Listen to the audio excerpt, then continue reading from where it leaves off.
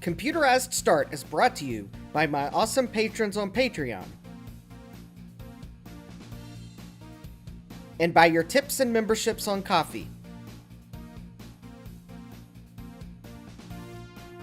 These and other channel supporters make my live streams possible.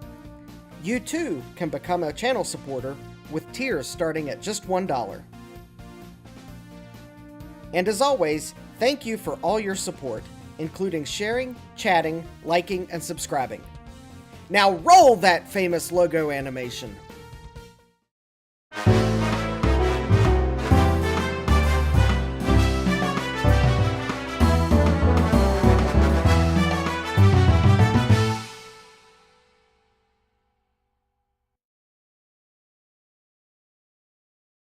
Good evening and welcome back to Computerized Start Live. I am your host, Justin D. Morgan, and I will probably be dorking with the audio gain settings. Turn it up just a bit more. All right. Low mic. Did I turn the wrong one?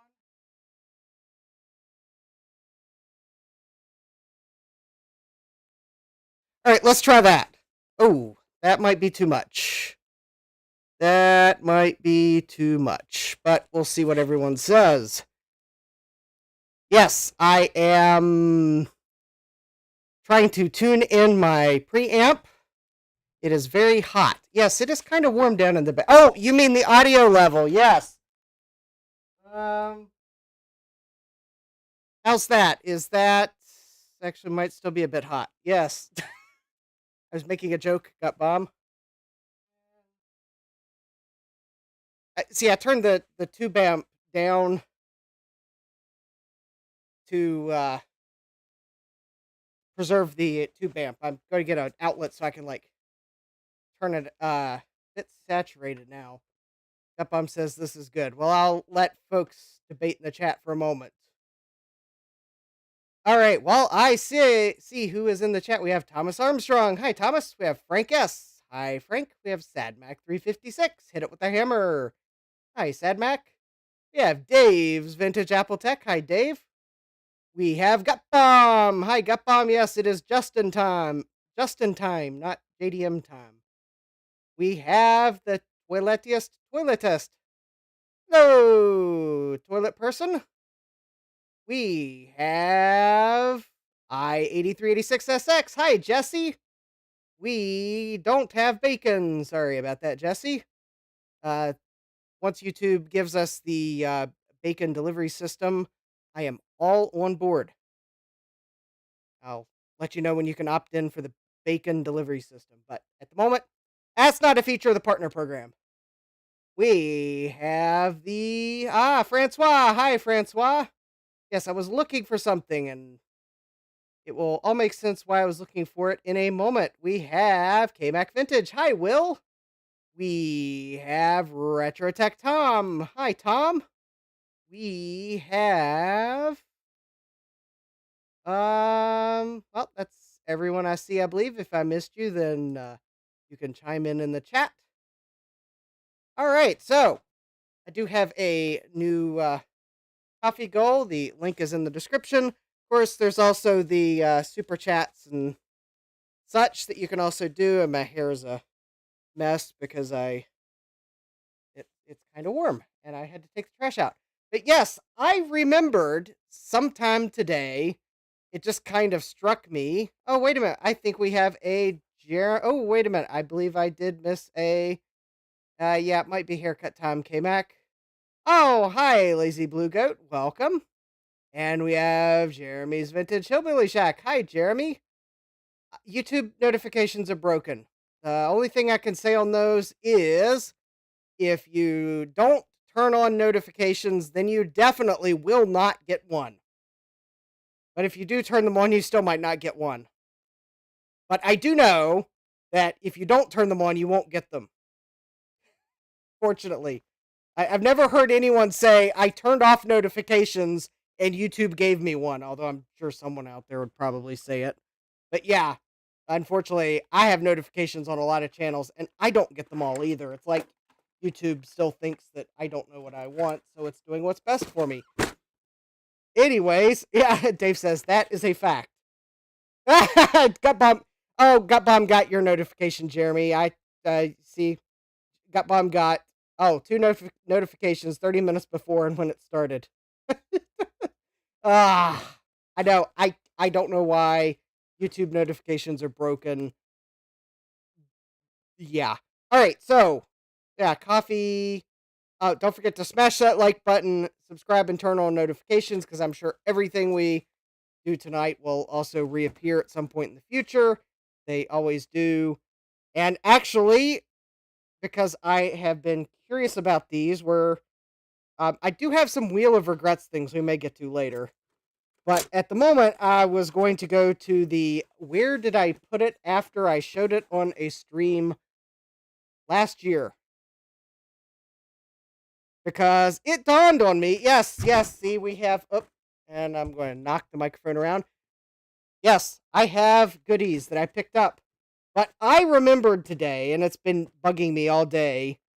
I remember getting a lot of computer cards or memory or something last year. It was at Swap Meet or eBay. I don't know where. And I remember there was what looked like a cache module of some sort in one of those lots. And it was floating around my workbench for the longest time. And then I think I finally threw it in a box of memory modules. And it's been bugging me all day because I believe I finally figured out what it goes to after looking at eBay auctions. You know, eBay, the place where I buy things I later regret. Well, I think I finally figured out what the cache module goes to after looking at some eBay auctions.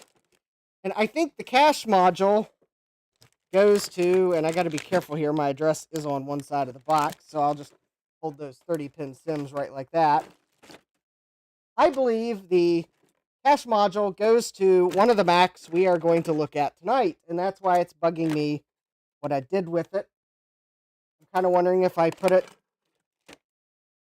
with my Cirrus Logic video card there for safekeeping, maybe? Oh, well, no, it's not in this box. Yes. Okay, that's some stuff I bought on eBay, and I set a box of memory on top of it. It's not in that box of memory.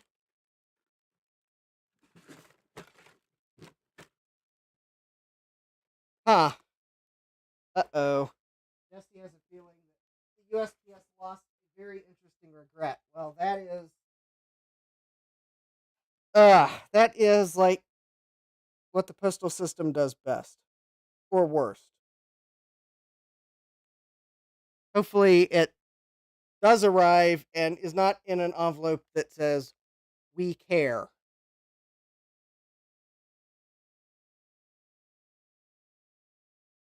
Huh. Okay. So, of course, the cache module that was floating on my workbench for the longest time is now MIA because I actually need it. Of course.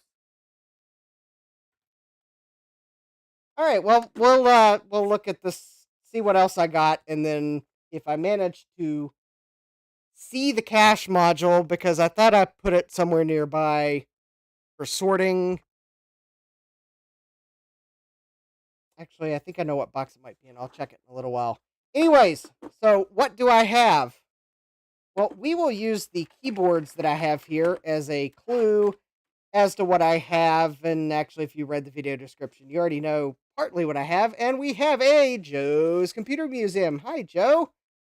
But anyways, I have two wonderful keyboards. And by wonderful, I mean they're, well, one of them's okay and the other one's awful, but this keyboard's lost partial control. See? Yeah, it's lost partial control. Yeah, we can only do control here. Fortunately, that's not a key that's used as much in classic Mac OS, although I say that and then I'll probably need it at some point. But yes, we have this Apple designed keyboard. And then we have this not Apple designed keyboard with an insect wing or something on it. And yes, you will note this is Tangerine, the Apple USB keyboard. It is Tangerine. Yes, I could hold it upside down. I could also hold it right side up. There we go. That is a clue. And to go with it, we have a strawberry puck mouse with a eye catch on it.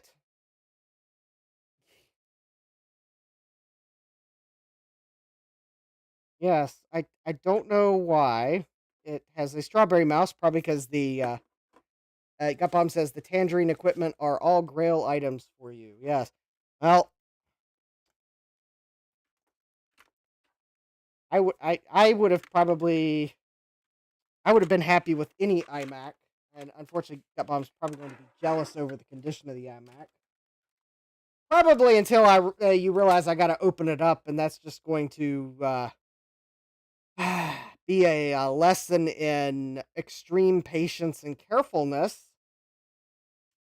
We'll get to the iMac second because,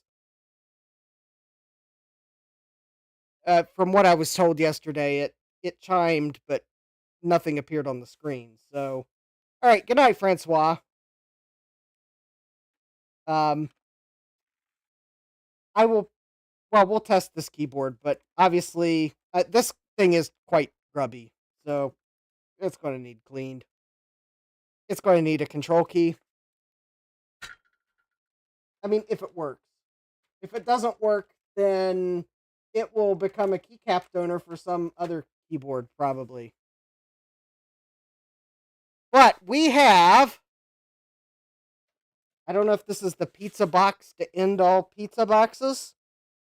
Although I think Apple might have had a few more pizza boxes after this. But we have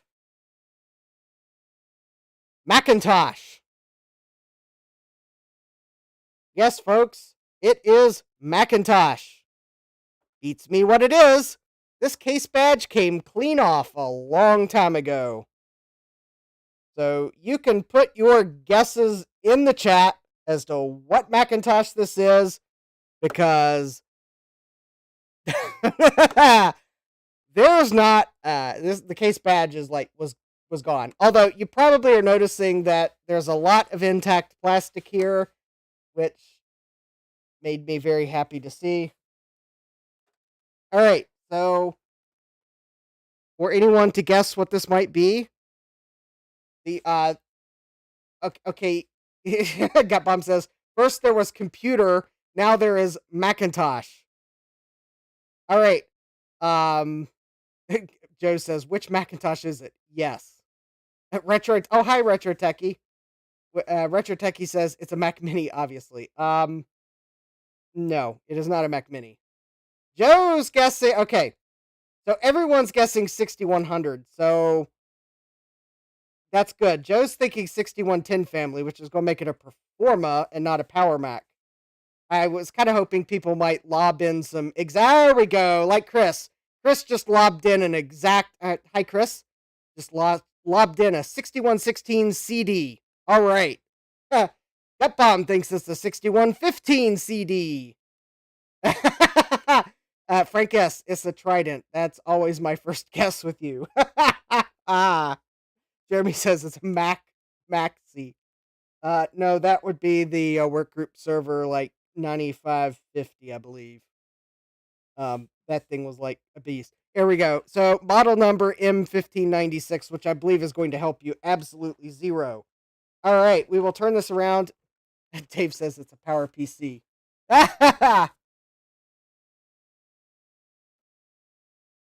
All right. So what do we have here? We got power. We've got a serial number. Oh no, I won't be able to register this with iCloud. Huh. We have an AAUI port. We have SCSI. We have the stupidest video connector in the world.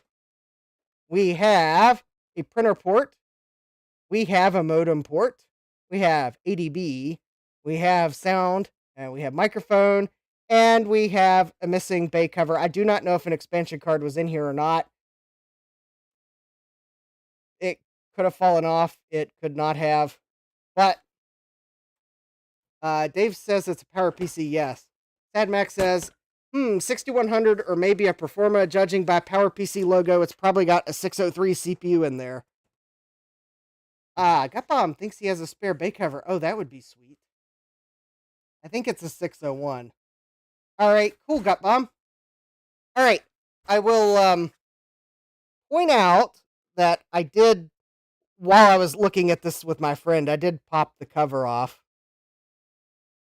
And note, this is ABS and not ABS FR, which probably explains why it's not disintegrating yet.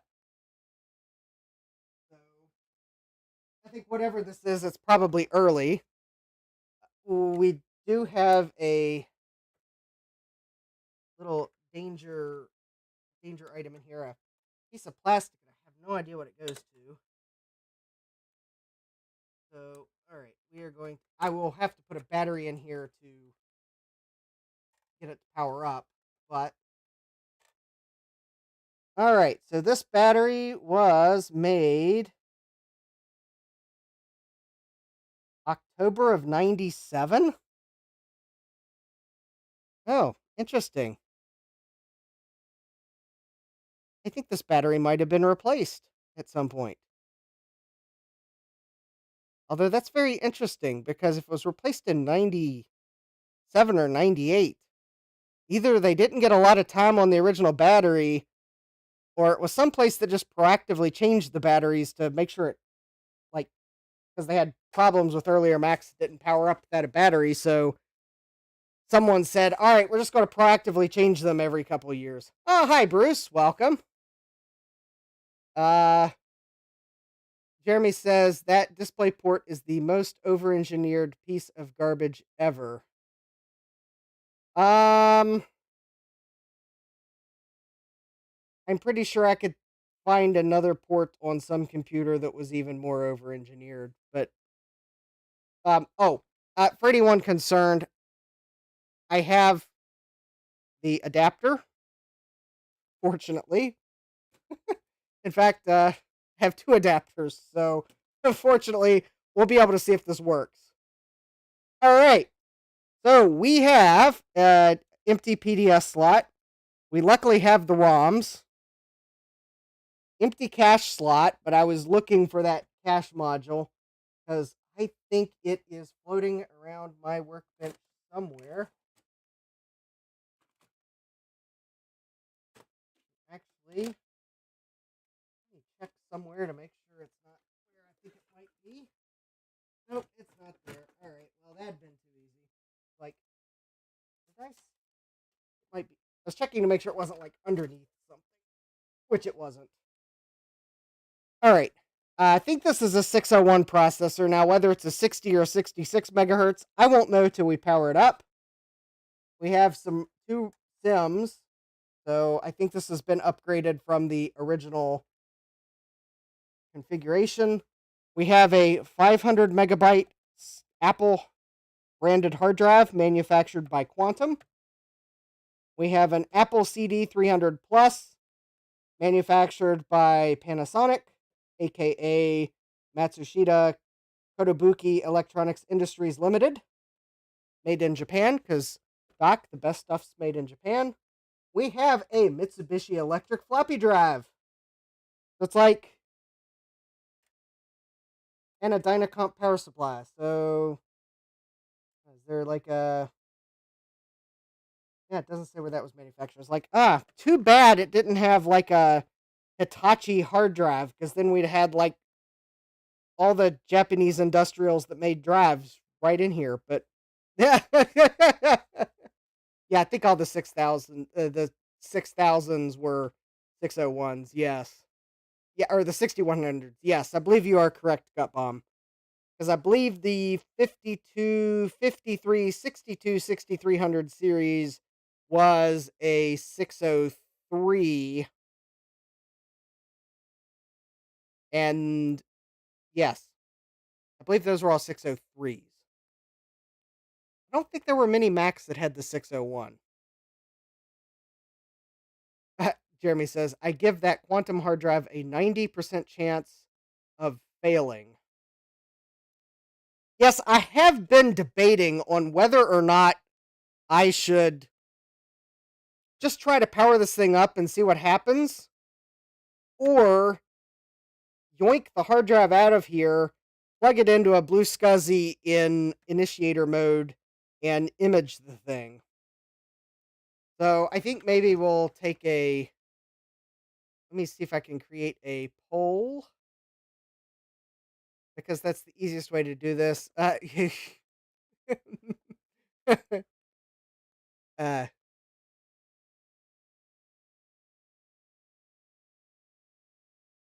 all right, let me go into my control creator studio thingamadoodle, because that's the only place I can create a poll.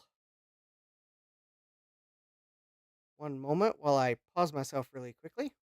There we go. All right, let's see here. Nope, that's the wrong place to put. Click. Let me start a poll. All right, what to do about the hard drive?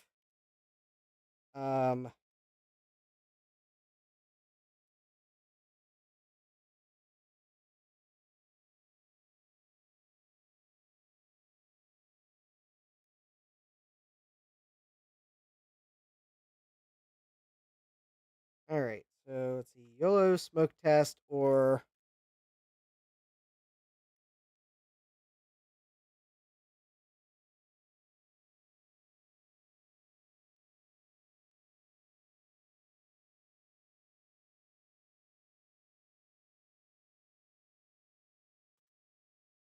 So, what to do about the hard drive? We got the YOLO smoke test, and we have the better safe than sorry blue SCSI initiated backup. All right, whoops.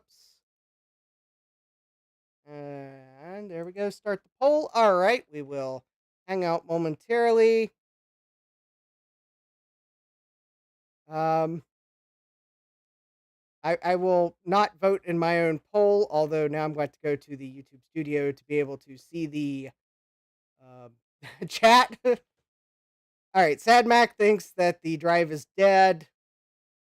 Sad Mac, I think, is probably on team try to image it first. Jesse says if that drive was in a low humidity area, the Pro Drive stands a chance.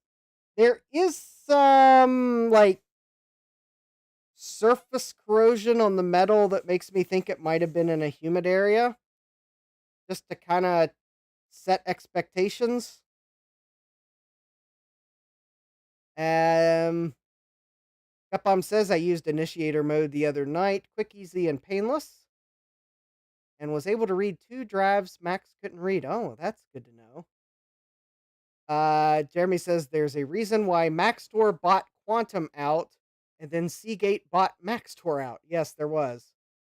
Hey, Max, on team, plug it in and go. Sad Max says, I guessed his vote correctly. Yes.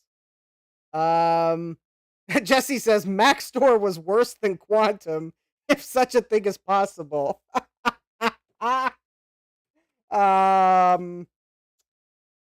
Yes, it was possible, because there was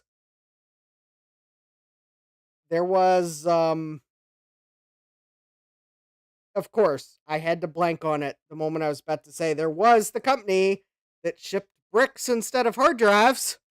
I kind of call that worse than Mac Store. At least Mac Store shipped what appeared to be a functional hard drive. Mini Scribe? No, not Mini Scribe.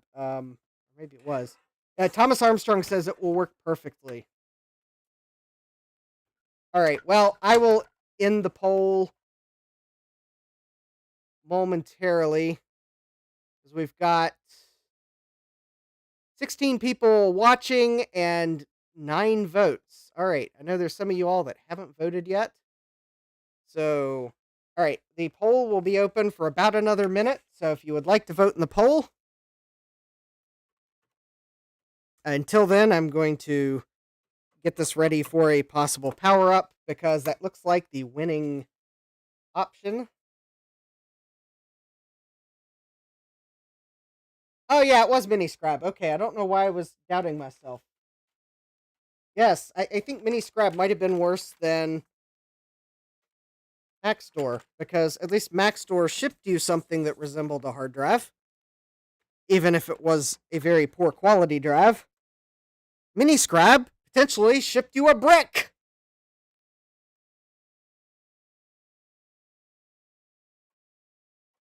But yes, Mac Store. Well, I could tell you that Mac Store has proven to be unreliable in the long term from those older drives because I've been trying to buy a Mac Store 1.6 gig hard drive for my first PC and I gave up. All right, we are about. I think it's about time to end the poll here. All right, because it's been about a minute. So, all right, the poll is over, and it looks like Team YOLO wins. So, all right, we will YOLO this thing. After all,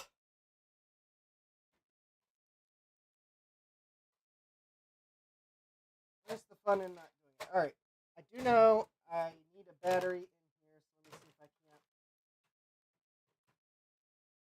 if I can find one that I know is floating around here somewhere.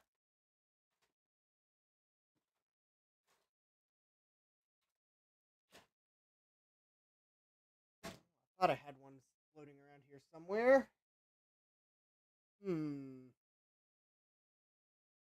But I guess I could do a voltage check on this battery that was in it.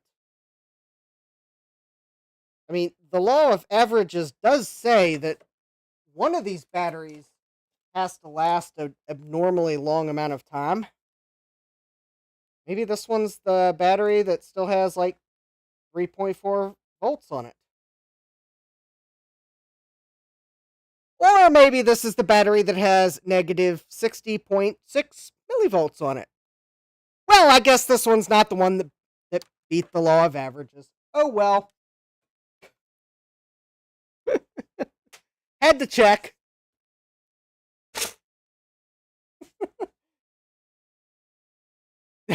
Thomas says, I need to have a 240-volt receptacle installed for maximum start voltage. Jeremy says, I used original Mac Store hard drives only.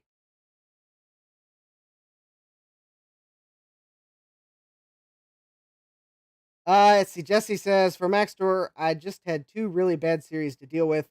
They're thin 40 gigabyte Diamond Max 8 drives. Ooh, those were pretty bad. And Quantum drives with Mac Store branding. Yeah, those were pretty bad too. Although the 71626 and related drives, I found those were pretty awful as well. This might have been some of the last ones Mac Store made before they bought Quantum. All right, let me see if I can find the battery that I know has to be floating around here somewhere.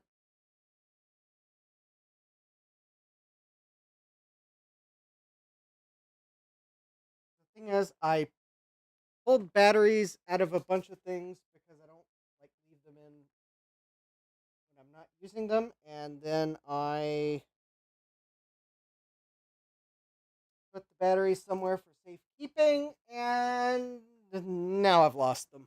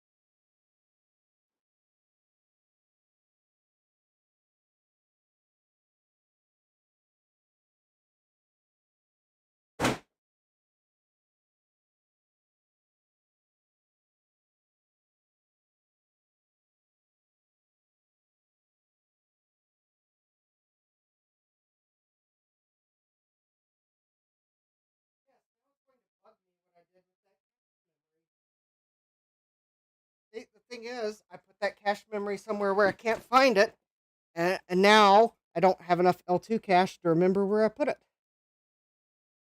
Oh, hi, Scarlet the Four-Eyed Cuda. Is it soup yet? I haven't powered it up yet, but I just put a... this is a new battery, so don't let the appearance fool you. I pulled it out of the G3 desktop because apparently, and maybe luckily, I left a battery in it. So at least I was able to find one battery. And it is still bugging me what I did with the cache module. Anyways, let's see if it powers up. Oh, let me plug in the video adapter first, so that if it does power up, we can maybe see what's on the screen.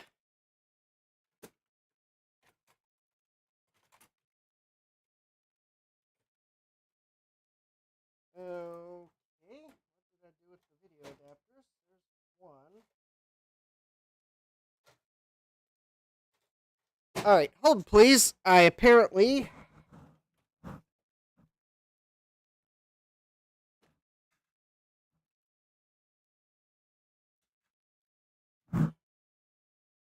got a couple video cables on my bench, and one of them should have a Macintosh video adapter on it. The others do not, and it would seem as if I actually unplugged the video adapter. Oh, that would make sense, because I think the last thing I had plugged into here was not a Mac. So therefore, I unplugged the video adapter, and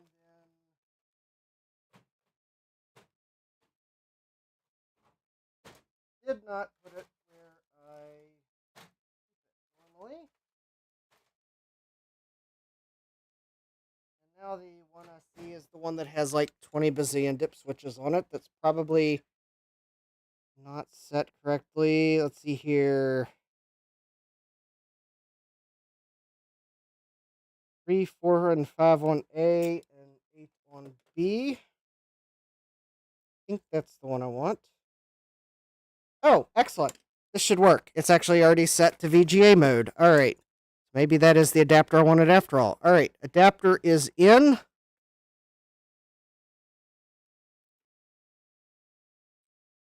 I think this might be the right video cable. If not, I will switch to the other one. Is it that one there? All right. Well, let's see what happens. 3, 2, 1.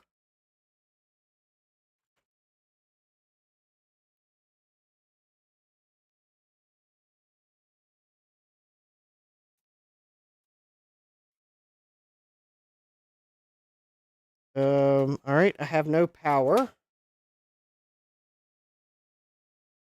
It is definitely plugged in. Let me try the power button on the front.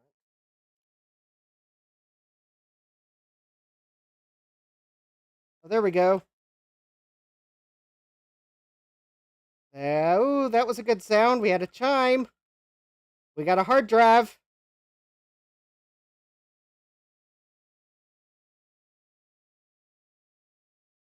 Do we have... Oh, we got... Oh, hold on.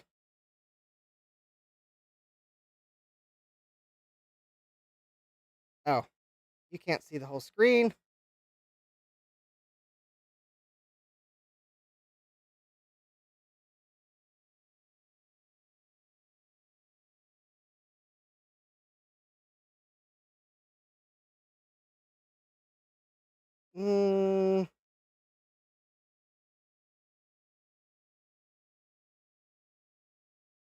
I believe the HDI 45 LMNOP adapter is... I think this one's bad. It looks like it's missing a color. And the quantum hard drive just spun down.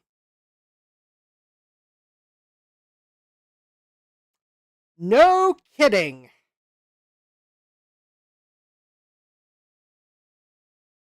There says bent pin. All right, well. It'd probably help if I plugged a mouse in, wouldn't it? All right, let's Retro. Oh, hi, Retro Tech Chris. Retro Tech Chris is missing a color. No, it's perfect. Hi, Chris. All right, I'm going to go grab another keyboard, one that is has a mouse connected to it, because that's easier than trying to unplug the mouse.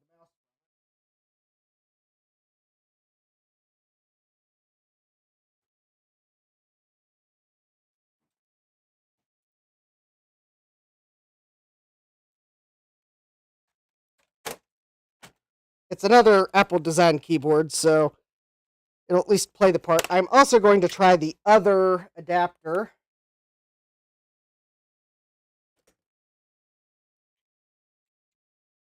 because maybe there were two adapters with this computer for a reason. All right, 3, 2, 1.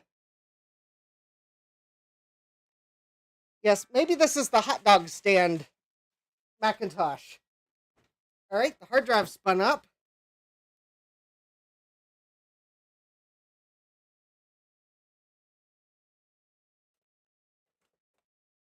And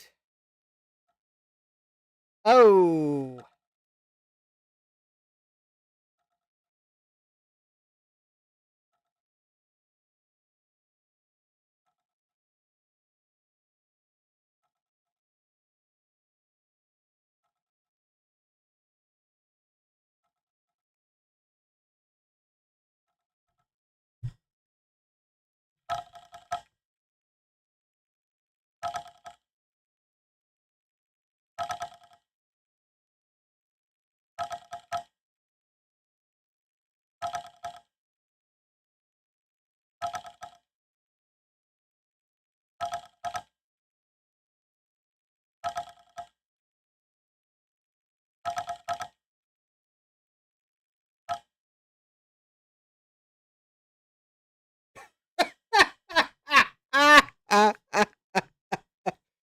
well, I believe that would be this Macintosh telling the hard drive to go away. Now it's mustard, yeah. I believe this Pro drive is now an anti drive.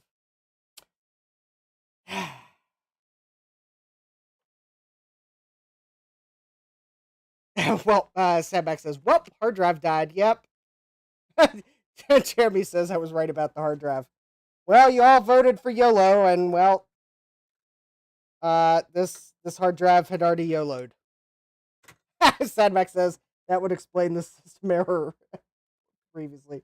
I mean, we still might try the initiator mode, but something tells me that initiator mode's not going to do anything that.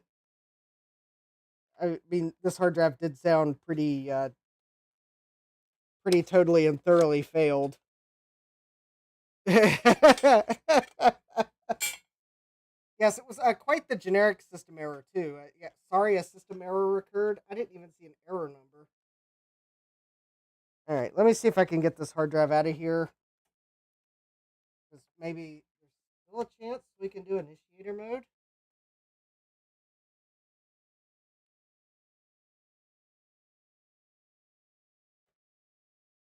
I mean, I think the chances are slim or none, but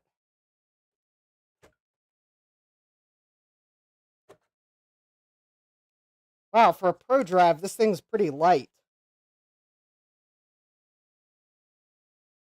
This must be the predecessor to those 40 gigabyte Mac Store hard drives that were like thin as ever. This thing's like hardly any weight to it. All right, well, let's plug in a floppy emu, which I'm probably going to discover is in Apple II mode, which means that we'll have to install firmware on it. All right, so get to the floppy port. Oh, wait, let's do something better. Why use a floppy emu when I believe I have a blue SCSI somewhere that will do the job at a faster speed? Let's see here. Where did I put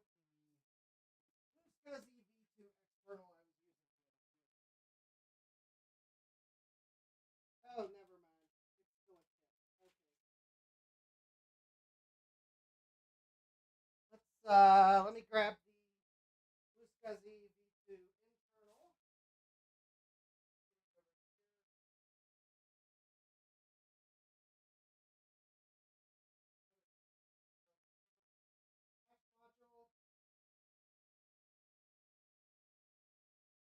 All right. Now it is quite possible I'm going to find that I have no.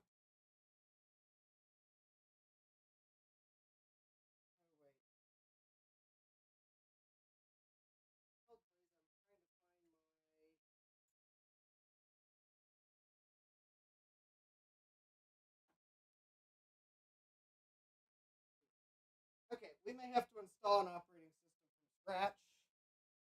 Because I just realized I bet I have none that are a PowerPC install. Dave says I need a blue SCSI tool belt to carry with me. Ah.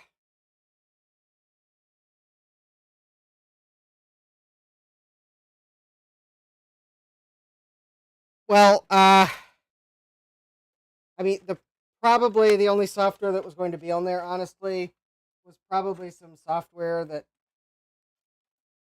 uh, my friend told me that his sister used it for, I guess, while she was a librarian at a school. So, quite honestly, it was probably going to be some education software and maybe some library related things that I'm sure someone would have geeked out to whatever was on it, but I'm not a librarian, so it probably wasn't going to be me. I mean, who knows? The location of the Ark of the Covenant could have been on that hard drive. But, well, guess we'll never know now.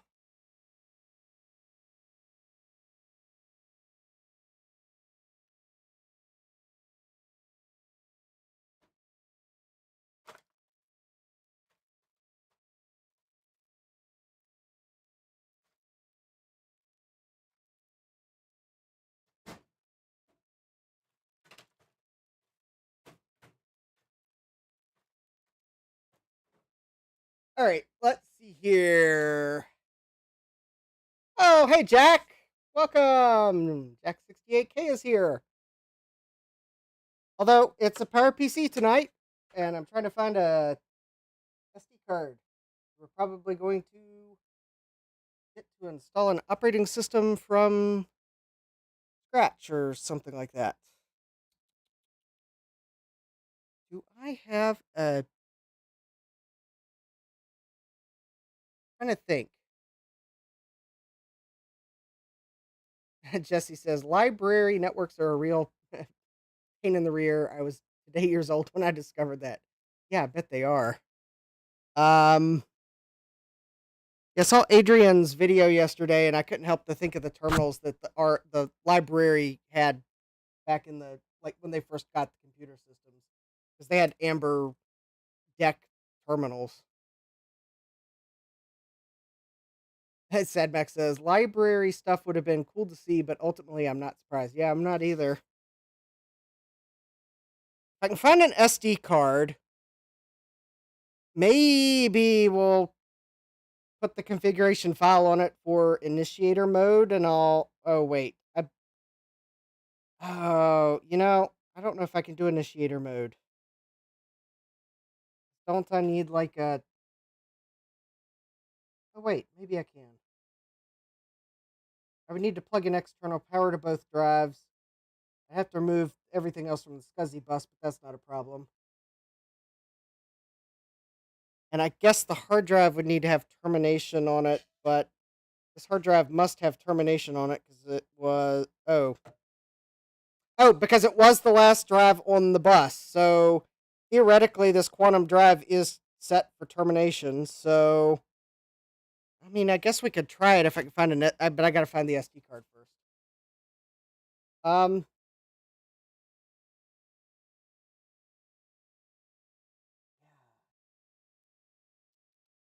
okay. I used to have an SD card floating around here. Oh, here we go. Okay, here we go. Here's an SD card. I don't know what's on it. I guess we can stick it in this computer real quick. It might be for Floppy Emu.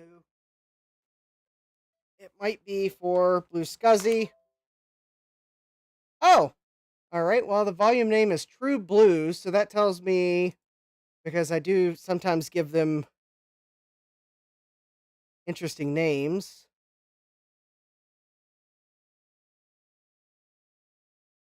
Oh, wait. CD2 Power Macintosh G3.toast. Okay, that's not going to boot this. CD3 Mac Bench 4 CD. All right, that's not going to work. Hard drive 1 Blue Scuzzy Toolbox Beta. Hard drive 4 Blue Storage. Oh, here we go. There's a Mac OS 9.0.4.toast. All right, we'll use this to see if this will boot. HD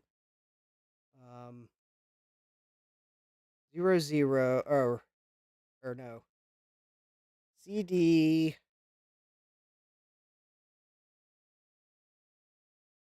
5 dash macOS 9.0.4, and we'll call this hard drive 0. All right.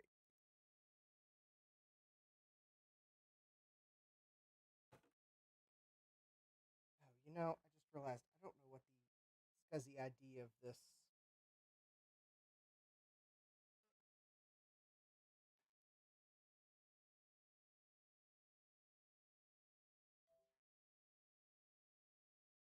All right, I don't know what the SCSI ID of the CD-ROM drive is, but I've got a fix for that. It's called unplug it. All right.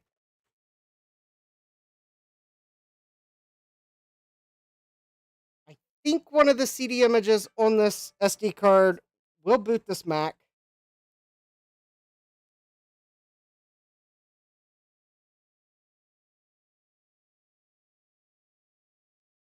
X68K. I missed the beginning. What is mysterious about this 6100? The name badge fell off. I don't know which 6100 series this is.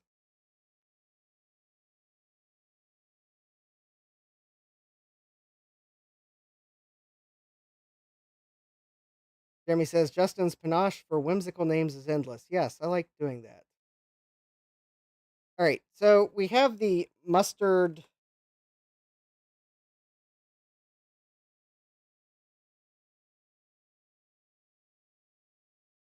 All right, so the blue SCSI is blinking the LED 5 times.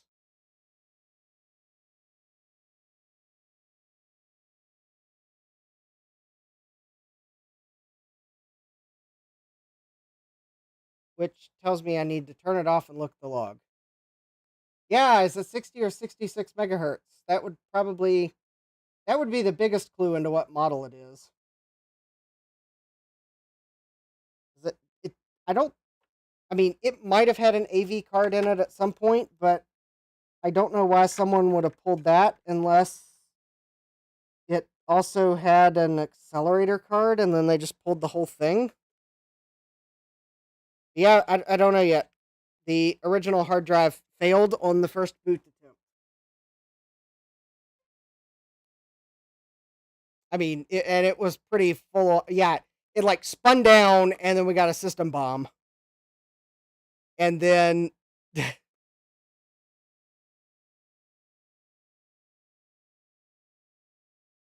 Oh no, got bomb! I just saw your picture. Less than 24 hours in UPS's possession. Oh, that's just painful. Got bomb. That's painful. All right, I'm looking at the blue SCSI log here. Uh, so no DOS compatibility card. If it had one, it's gone. All right. So we have firmware 2023.07.03, which might be an old enough firmware that I should possibly update. All right. So opening.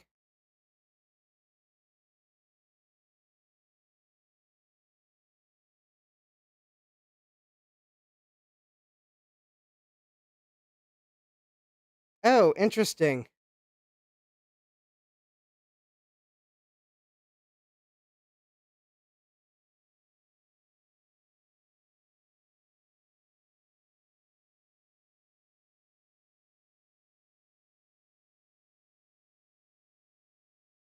Oh,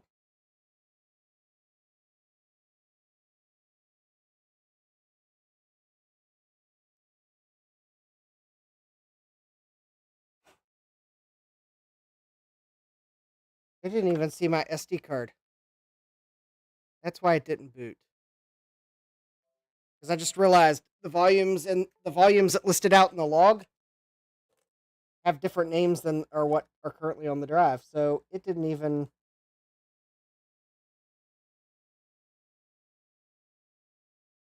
All right, it didn't even.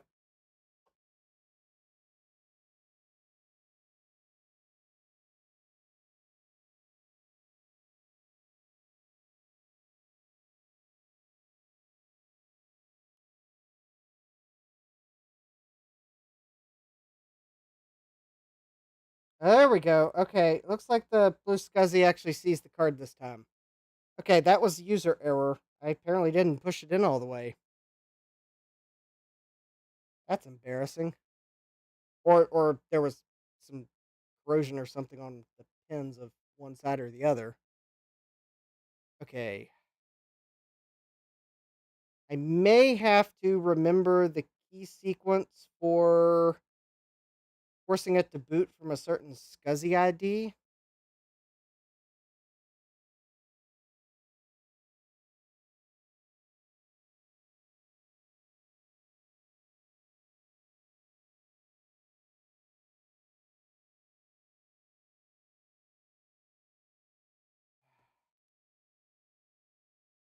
There's like some funky key sequence.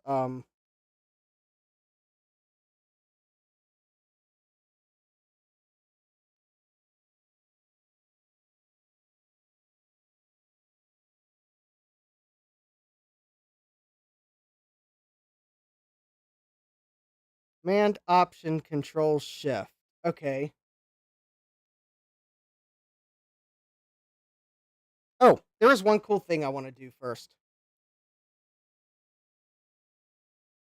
Oh, you mean it didn't play the sound? That's no fun.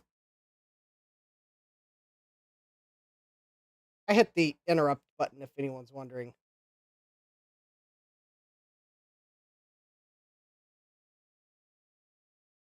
I thought that was supposed to play the sad Mac sound, which on these Macs is the car crash. Like, totally professional.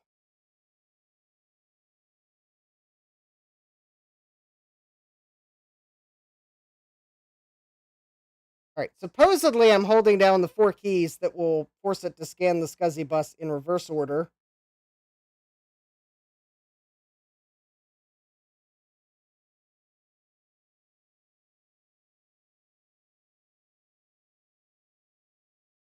Okay, just telling me Command Option Control Shift.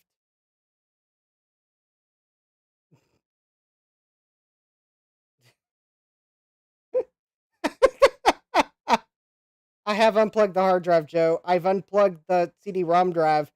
There are a couple of CD images on this. No, the green LED on the Pico is not blinking, but the blue activity LED on the blue SCSI board is blinking. Yeah, okay, Joe says I'm being facetious. However, you are close to what there is a key sequence of like command, control, option, and then the number pad number of the ID you want it to boot from. Okay, so that's not the one I wanted.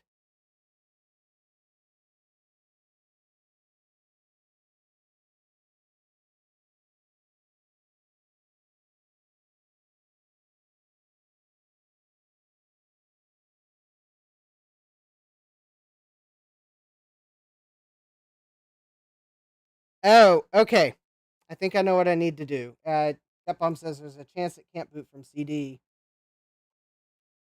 I think I just saw on the low end Mac page that I found there is one other consideration on these computers. I believe because I think this is newer than a Centrus 610, if I'm not mistaken. I believe I can hold down the C key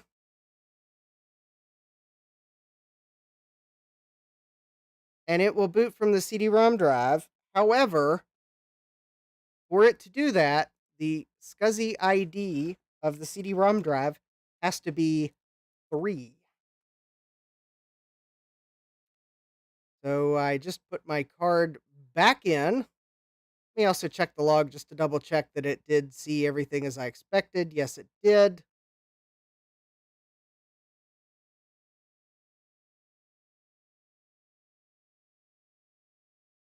All right.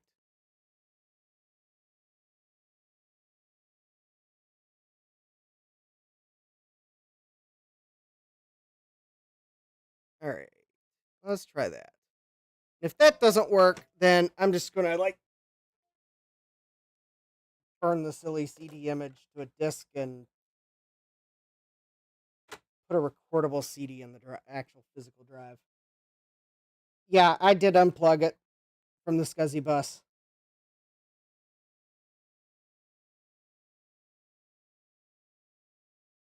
Jack says Control Shift Option Delete, I think, is the one that skips the first boot device. I believe you are correct. But there is like some silly one that I've run across that will actually cause it to jump, that will cause it to boot a specific ID.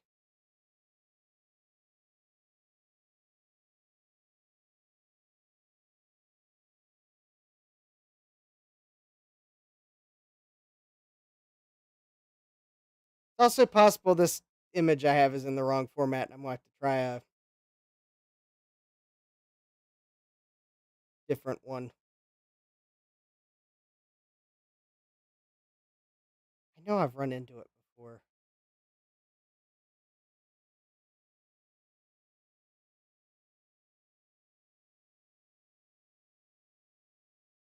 Here it is. Okay, yes.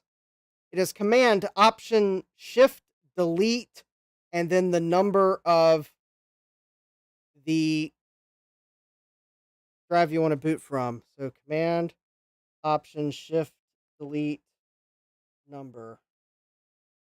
Man, that's awkward as all get out.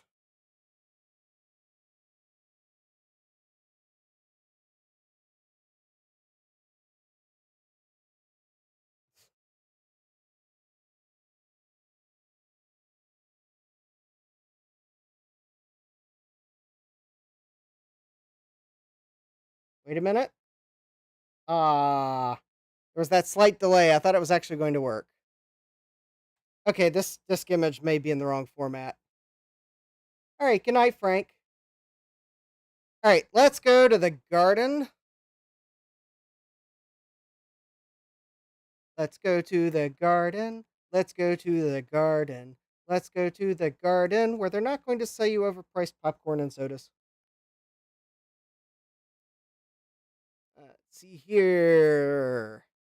Applications. Operating systems.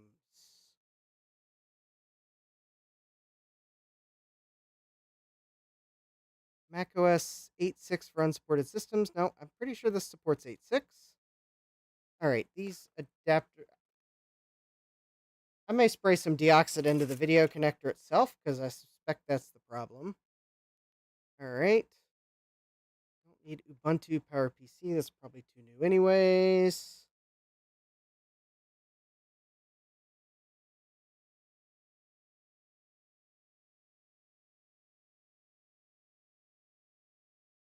Maybe I could just search for like 6100. Certainly someone has archived the disks for that. System 7.5 for those in German? Well, that's not going to help me. DOS compatibility card software if I had it.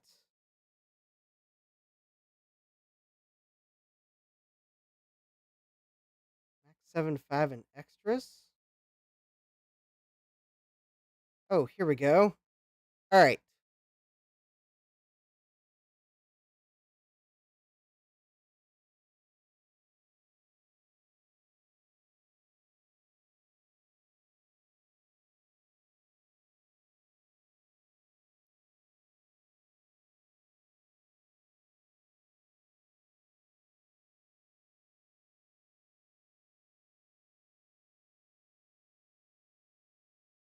Let's see. Power Mac.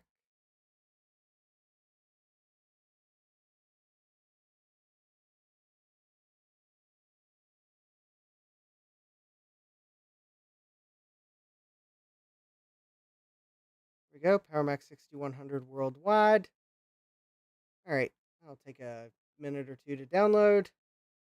Capcom says check Discord. Oh, thank you, Gutbomb. That will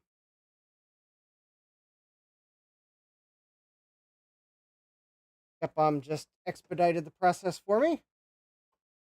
In fact, actually, I think Gutbomb's image is going to download faster than the CD image from the garden. All right. Ooh, it's close. Oh, and it was down to the wire, but I think Gutbomb's download finished like just a scotch faster, despite the fact I started it later and it was a larger file.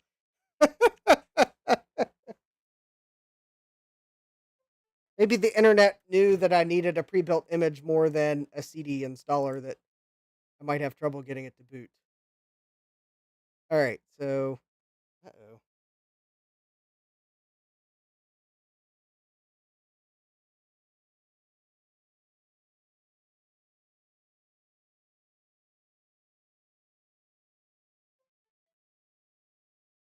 There we go. All right, let me go ahead and delete that and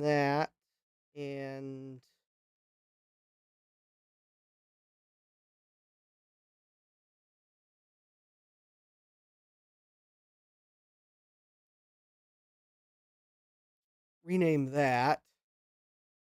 And then we'll extract the hard drive image that Gutbomb sent me onto this SD card. We'll take a moment or two.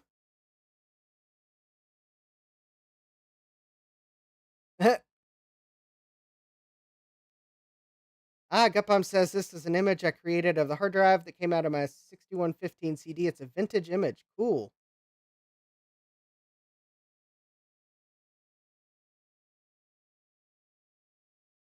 The toilet person says, you guys want to hear my new stress thing? I cut up old 3D prints for re-extrusion using garden shears. Ooh, that would be, hmm, that would relieve stress, especially when as you're cutting up that print that just will not print right.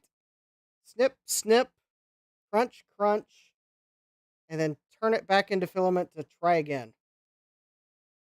Satisfying. All right. It's still bugging me where that cache module went, because now that I think I need it, of course it's hiding. Oh, it probably fell off my workbench and it's probably sitting under it.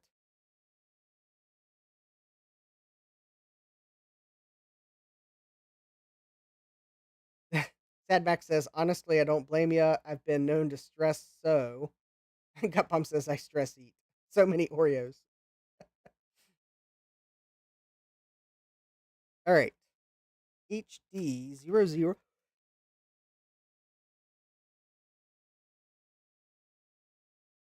right. I have the image from Gut Bomb on this card. I have named it such that the Blue Scuzzy should pick it up. I am now going to stress boot this 6100 something or other.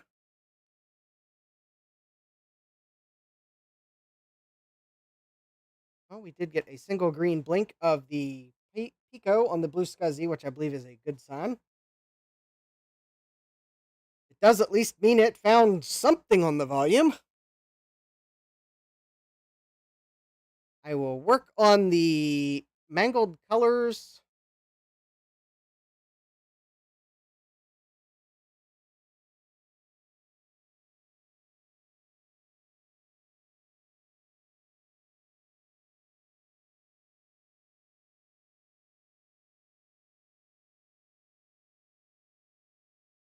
Pump says maybe the bad hard drive blew the SCSI fuse.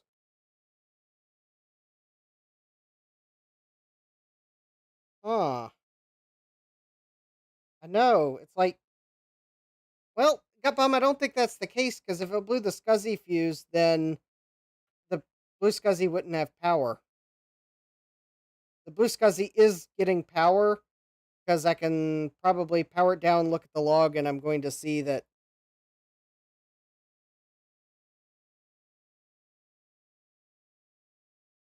Although there is another possibility here, and I have unplugged the internal CD drive. To show everyone, I've unplugged it. So, no, it just dawned on me that, I don't know if I've ever used this blue SCSI before.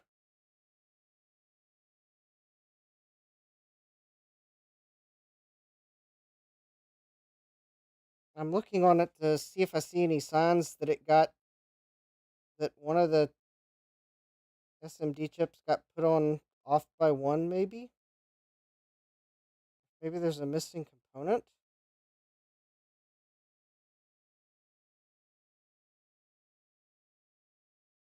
It kind of looks like I built it and it's not clean.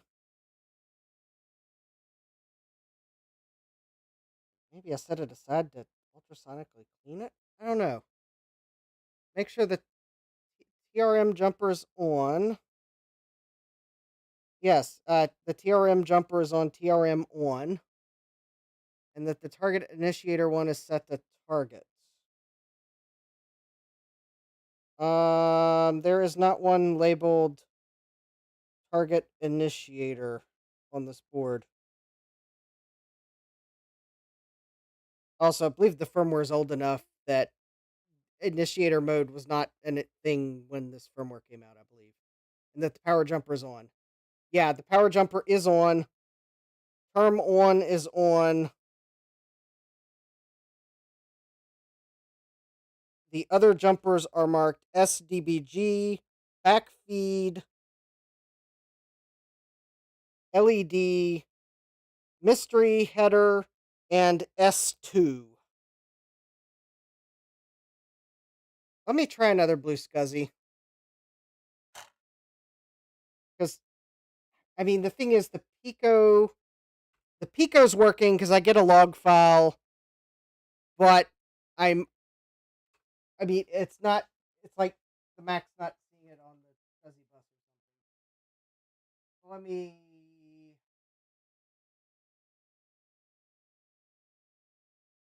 here we go. How about, let me just grab this blue SCSI here. It's an external one. Oh, it's got a micro SD card in it. I'm pretty sure this one works. The firmware is kind of old on it, but I'm pretty sure it works, even though it keeps hitting the floor. Although it might not work, but let's see.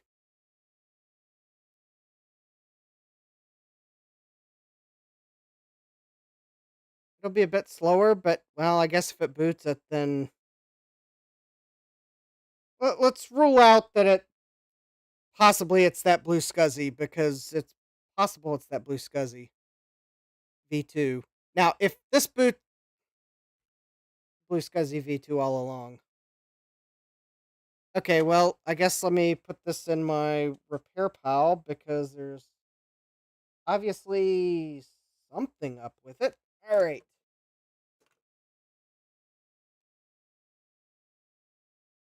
Let's see. I guess power's up, but did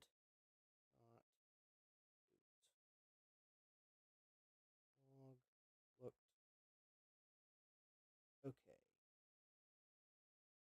All right. All right, there we go. I've put a note on that blue SCSI.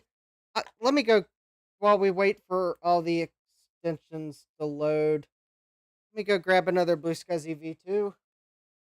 I think I've got one over here that I know works.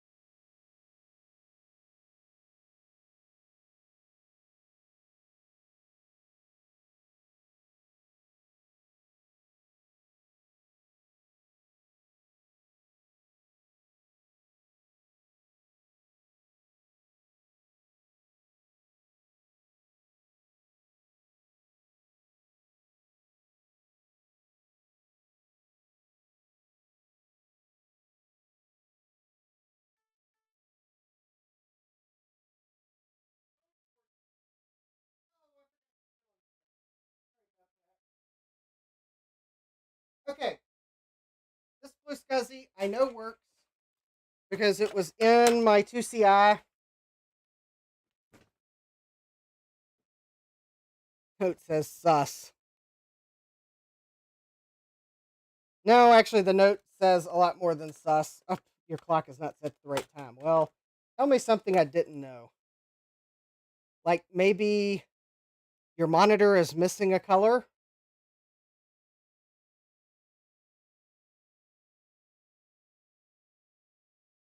Fax center?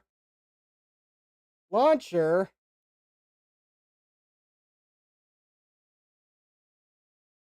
Come on, please finish loading. The world must know what kind of Mac this is.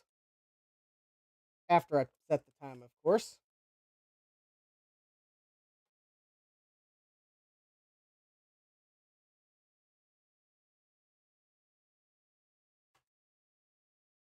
Or at least put it somewhere closer to the correct time. There we go. And drum roll, please. Good night, Scarlet the Four-Eyed Cuda. It's a Power Macintosh with, 72 megabytes of RAM. That means 8 megabytes on board and 232 megabyte sims. Nice. Name in here is generic. Yes, I kind of knew that. All right, let's go to System Profiler. Oh, wait. Let me guess. This version doesn't have System Profiler. I need to run speedometer or something. Okay.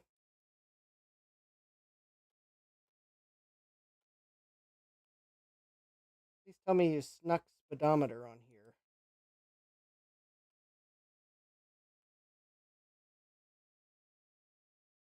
Oh, Star Trek CD-ROM, even better.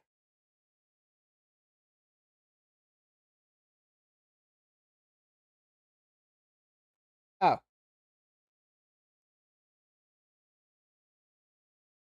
All right, let's fix the problem. I'm not going to be able to run speedometer, or I'm not going to be able to do what I need to do to get speedometer on here with the Blue SCSI V1. So I need to go back to this V2. Oh yeah, I can do that, Gupom. It's not a problem. I have speedometer up. Oh, I can stop that because I promise you, antivirus, we don't have a virus. I'm pretty sure of it. Yeah, I've got the Blue SCSI toolkit on this SD card, but the firmware for that Blue SCSI V1 doesn't support it. Now, the firmware that's on this Blue SCSI should.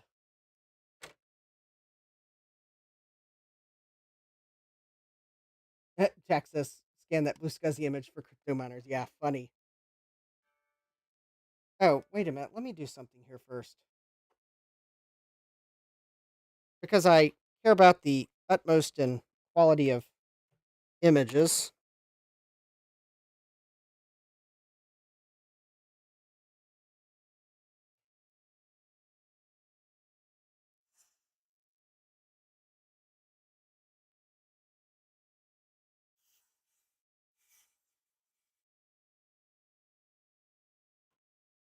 Contact clean the monitor.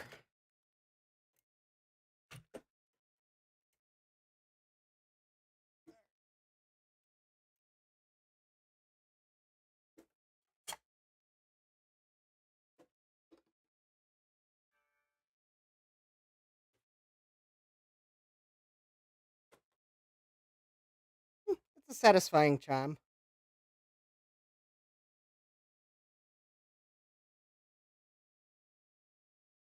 Well, that. I mean. Oh, well, that would have probably helped if I didn't, like, unplug the video cable.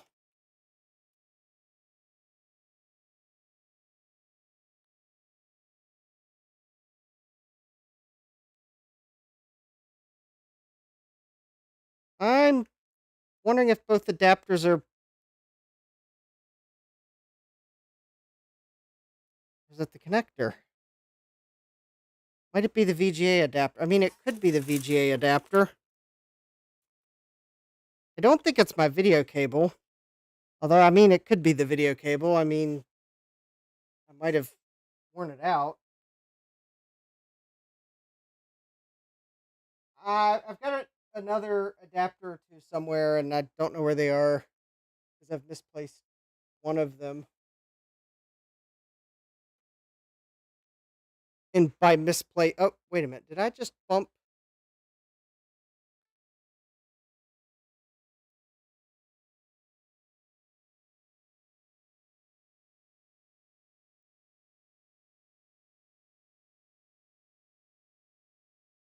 I might have needed to contact clean the other side too.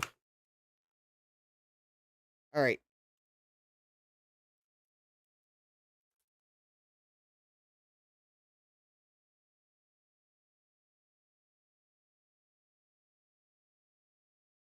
All my adapters have the switches. I have this adapter set to VGA. It's like generally the most compatible. Overpaid on the greed.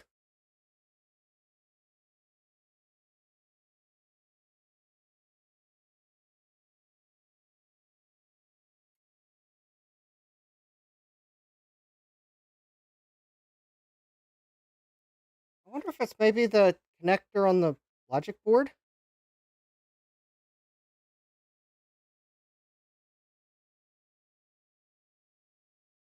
Did it maybe have a cold solder joint? The big mess of wires VGA adapter works great. Well, the big mess of adapter VGA, well, I don't have one. And normally my adapters work great, but I'm not convinced it's the adapter because I've used this adapter before and it didn't do this. I've never used these HDI 45 adapters before. They're like new to me. I don't know if either works. All right. That's the thing. Although this is not the VGA adapter I normally use either. I don't see the one I normally use.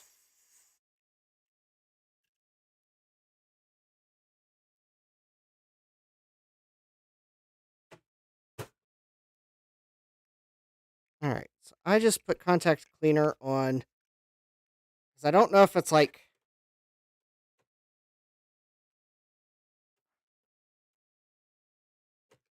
You see, Apple of the past, this is why you don't put silly proprietary connectors on things because then it makes it harder to troubleshoot where the problem lies when you have to use adapters upon adapters to connect the monitor. Chris had the same problem on a 6100. Screen was green. It was a small cap on the back of the board near the monitor port. Well, I'm not sure if it's the cap because wiggling the cable seems to like make it change. In fact, actually, you might have noticed that if I bend it just right, I was able to get all three colors. Like right there.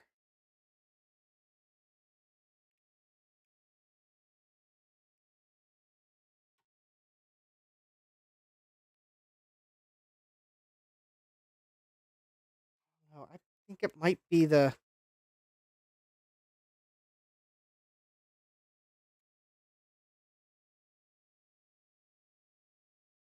Oh, I'm missing things in the.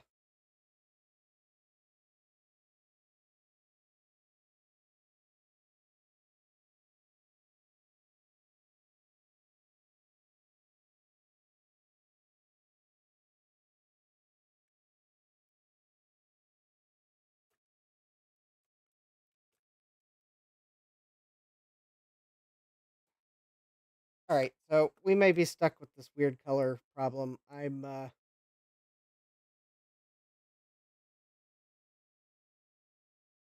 adapter probably has a cold solder joint. Well, I don't know which adapter, and I'm inclined to blame the HDI 45 adapter because Well, it's the new adapter in the chain.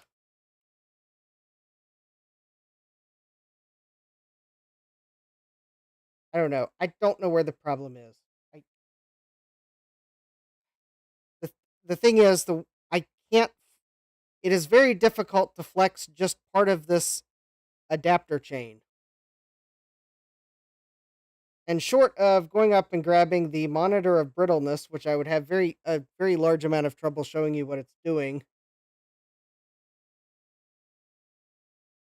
there's no guarantee it's not going to have problems as well because I've not tested it.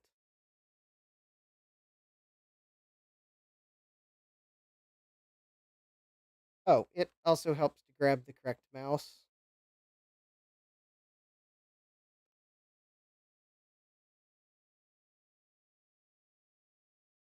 All right, Beta 1, Fuscuzzy SD transfer. Oh, wait a minute. I may already have speedometer. Oh, there we go.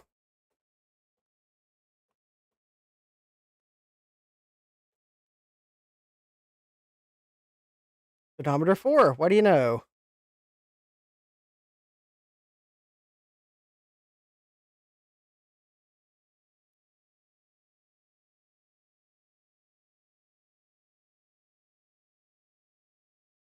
Yep. I don't see where it expanded to. Does anyone else?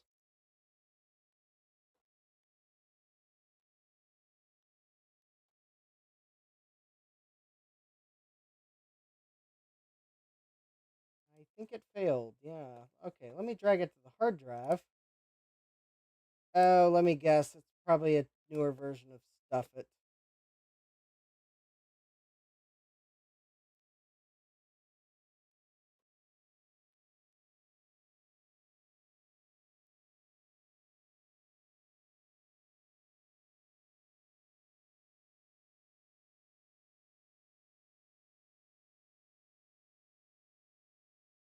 Yeah, that probably failed.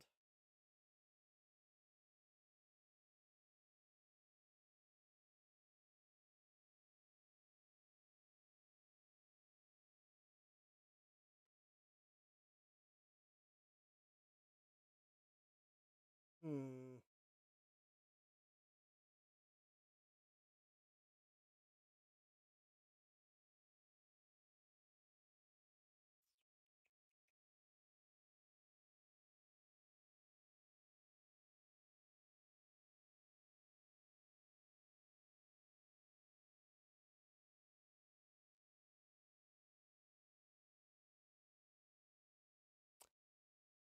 Okay. Okay. YouTube is giving me the audio bitrate warning. Of course, now is the time where we see whether spending money on an XLR microphone and whatnot was actually worth it, because it seems like I'd get that warning when the audio went crackly.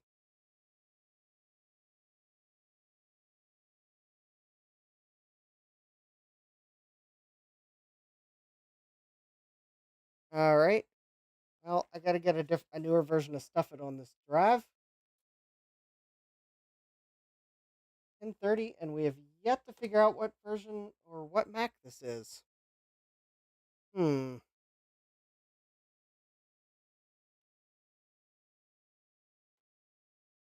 All right. Let me see if I've got the hard drive image. Garth sent me a hard drive image. It's got a bunch of apps on it. Let me see if I happen to have it on this computer. Theoretically, I should, because even though this is a different computer than I was streaming on, I copied all the files over.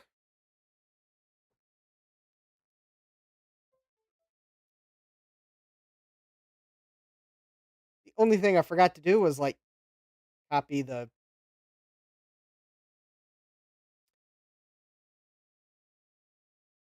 copy the oh yeah, what tabs I had open in the browser. Oh well, shouldn't have been using browser tabs as bookmarks.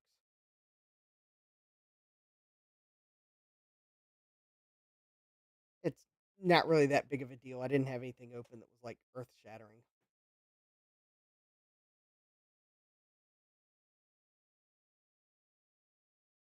All right, I'm looking for the image Garth sent me. I don't remember what he called it right offhand. I'm just hoping that I recognize the name when I see it.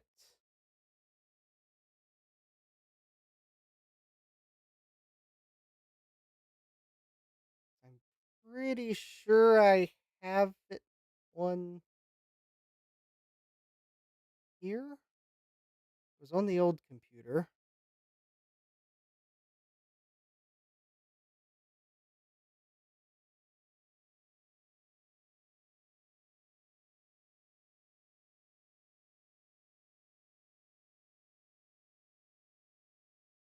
View, group by none, sort by size.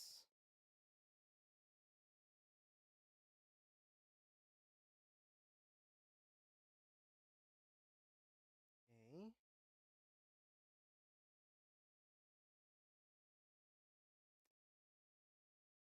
Should be one of the larger files in the downloads folder.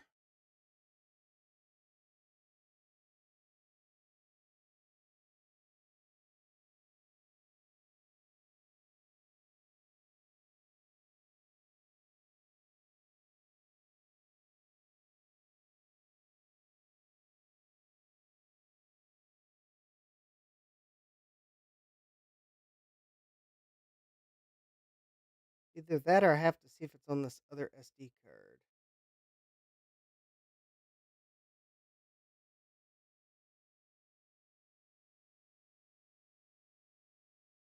Or it's on my NAS. Let me check my NAS real quick. Computing.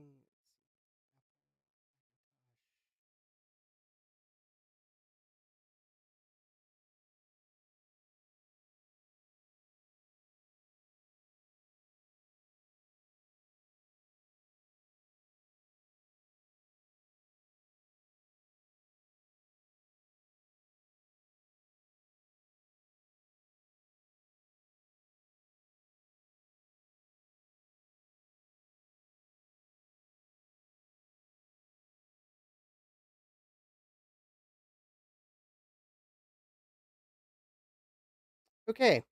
All right.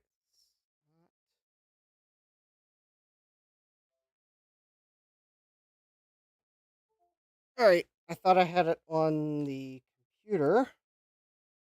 Looks like I do not. Or I've forgotten what the name of the file is. So let's check this other SD card. Because I know I had it on one of these blue scuzzies. And it is definitely not on this one.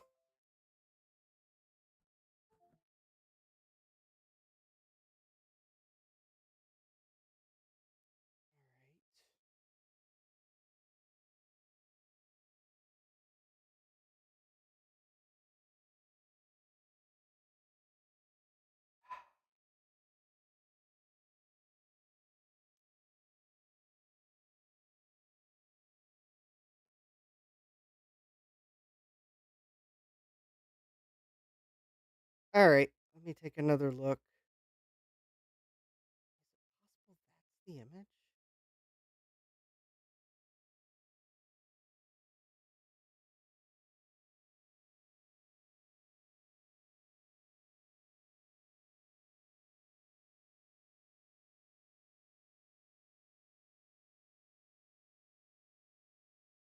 Um,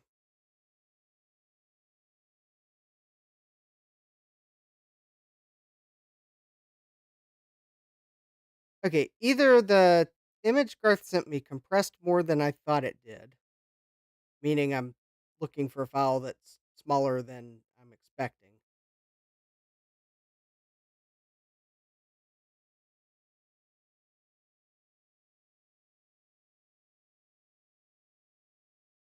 Or it's on one of my SD cards, but not this computer.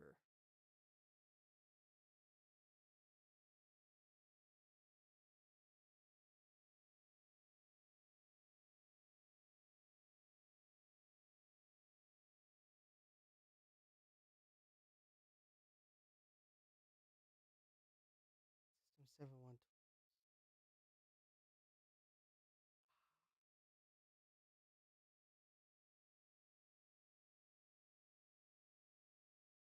Okay. I may have another hard drive image here that might have something on it that might unstuff that file. I think it's Eric Helgeson's Ultimate System 7.1 tools. It might have a newer version of Stuff It Expander on it. Maybe. Maybe.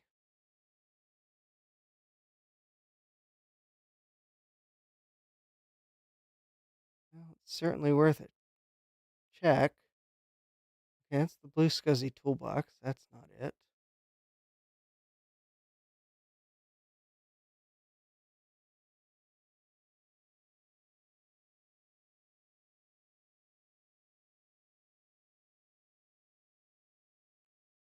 It's also possible that.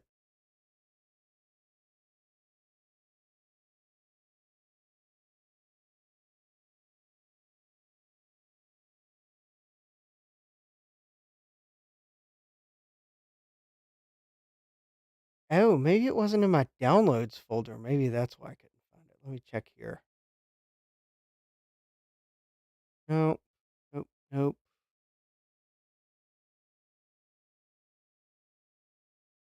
No, not in documents.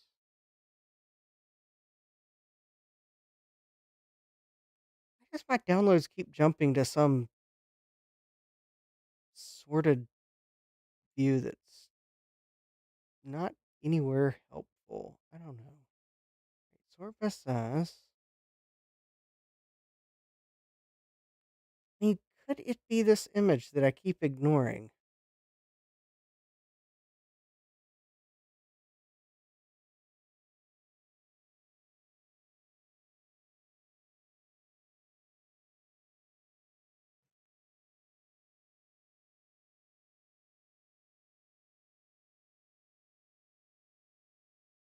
All right, let me put this image back on here.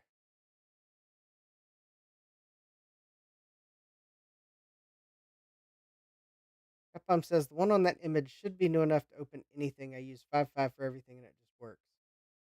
Yeah, I mean, I if that's 5.5, it should be opening that stuff it file. Unless it's corrupted. But I sure remember using that stuff it file before.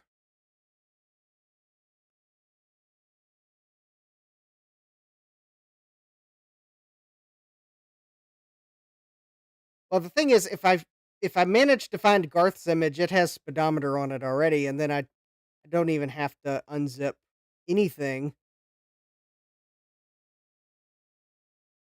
I'm just having trouble finding the image that Garth sent me because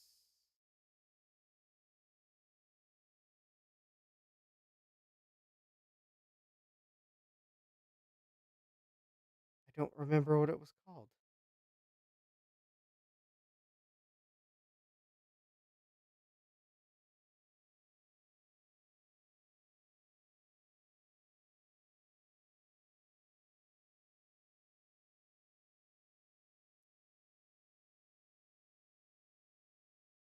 Yeah, that'd be good, Gut Bomb, because yeah, if you could send me that, because that may be very close to the one Garth had sent me.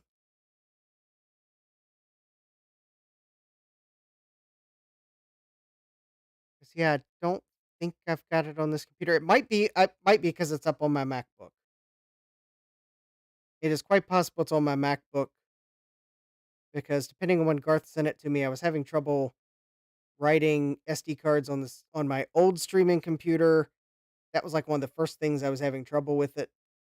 So it's quite possible the image I'm looking for is on my MacBook because I had to write the SD card from it.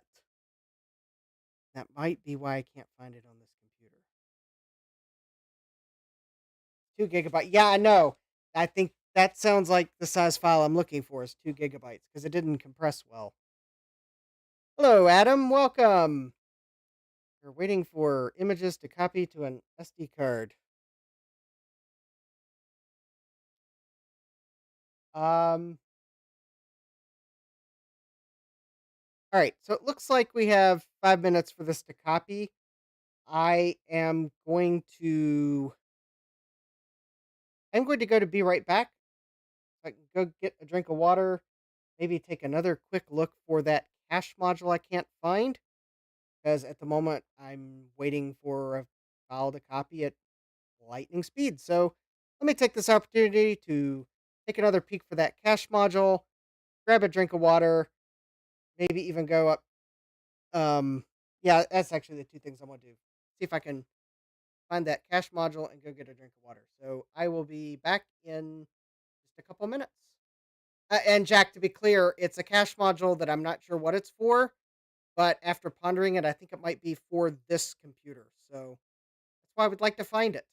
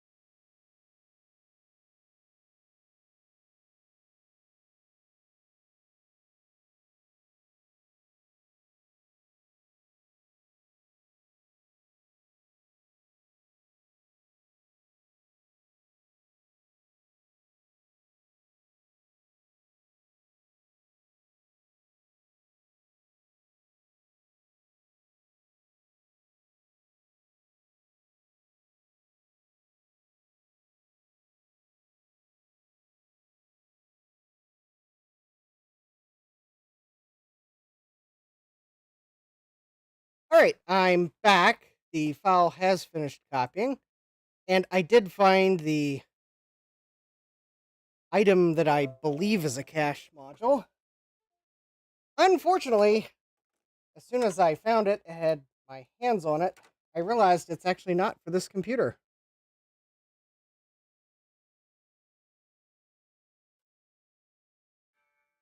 Should have 2 notches, not 1. So although it does have 4 Motorola chips on it that do appear to be cache memory modules of some sort, this is not the cache module for this motherboard. So I guess the Macintosh this belongs to is in another castle. Assuming it even goes to a Macintosh, but I mean, there's other computers that might have used a 68-pin cache module.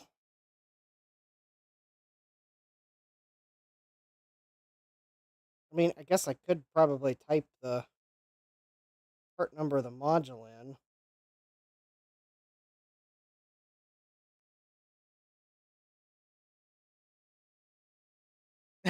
Adam says there's a taco place near here called Taco About It. Ooh. Jack says I don't recognize the cache module. Yeah. All right. I will start that download, Gut Bomb.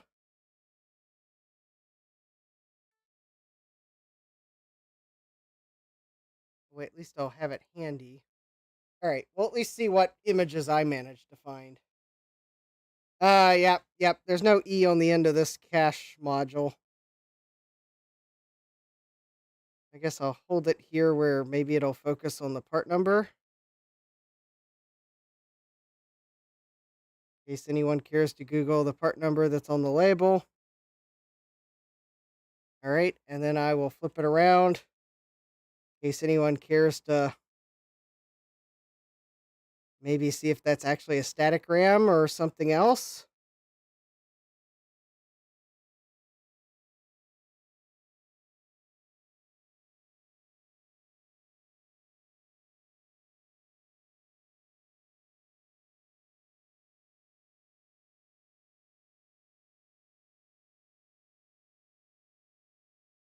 Anyways, it looks like it's a, I don't know. I mean, I guess it could be a memory module for something, but it looks like a cache module because those just look like large SRAM chips. It could be a ROM. That was my other guess. I mean, that does seem to be a lot of pins for a ROM.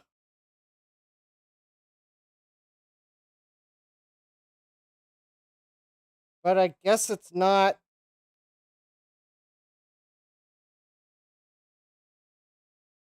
Oh, I thought it was a 60. Oh, I just noticed something.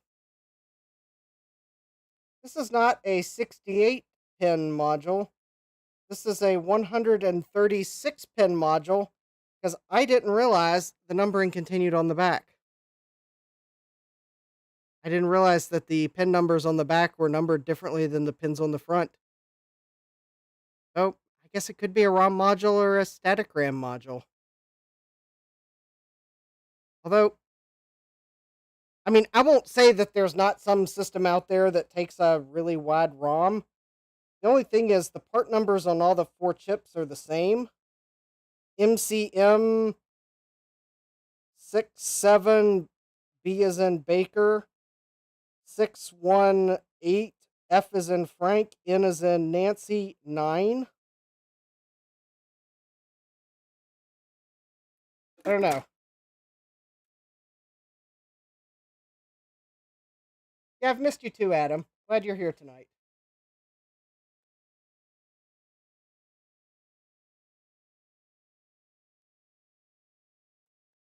All right, let's see if maybe. Oh, here we go. Oh, there we go. This is actually the. This has the image that Garth sent me on it. Apparently.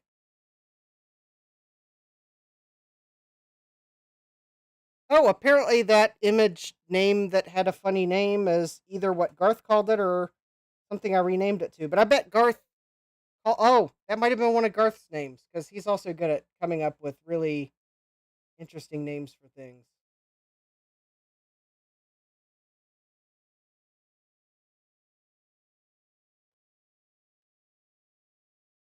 Well, let's see if maybe I can expand this speedometer 4.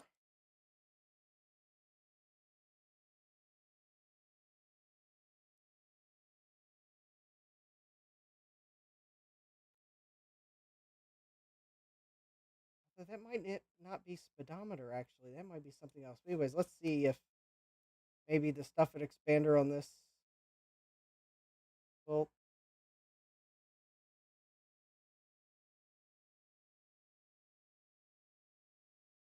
Version of stuff at expander requires 4. Oh.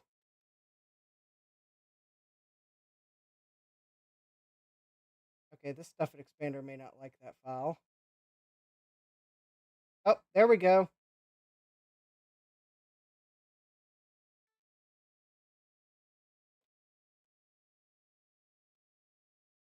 Don't remind me. There we go. I got it. Let's see if this is speedometer or some other program.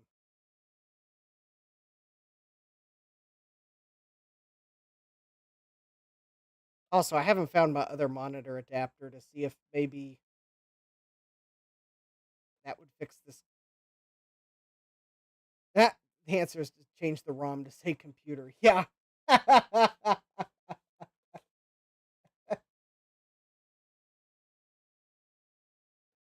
it would feel. Oh, there we go. A speedometer. All right, speedometer 4.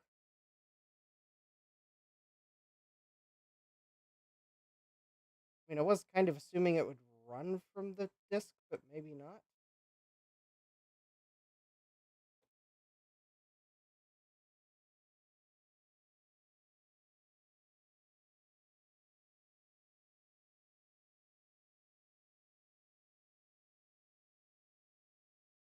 I believe speedometer might have just crashed the machine.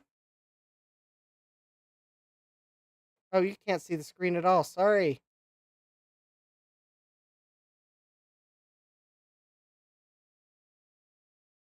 Yeah, I think I crashed the machine trying to run speedometer. It's like hung on a SCSI bus access.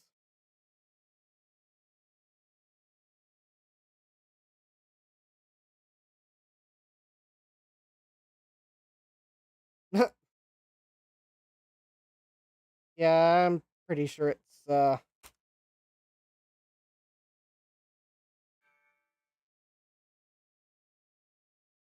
great. Let's do ourselves a favor here and maybe to run speedometer, I will run without extensions. Bonus, it'll boot faster.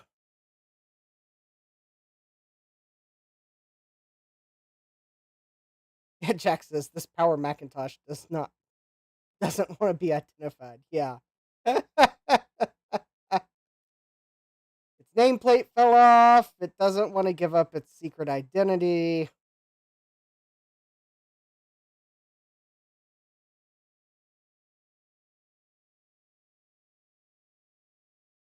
It's in the Macintosh witness protection program. Good one. Um,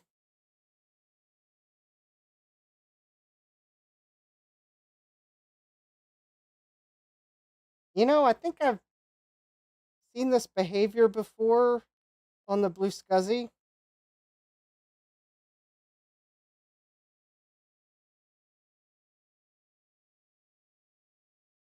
Or maybe it's a prototype. Dun dun dun.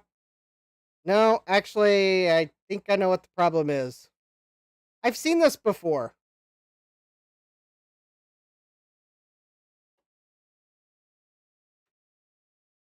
Had another SD card. Seemingly was working totally fine, and then all of a sudden, it locked the SCSI bus.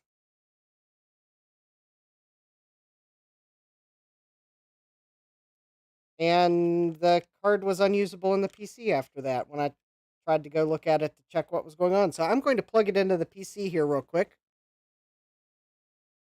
And I'm half expecting Windows to tell me it's not formatted. Oh, well, actually, Windows tells me it is formatted. All right, well, I suspect the problem is. Oh, one of the hard drive files is fragmented. Great. I probably need to fix that.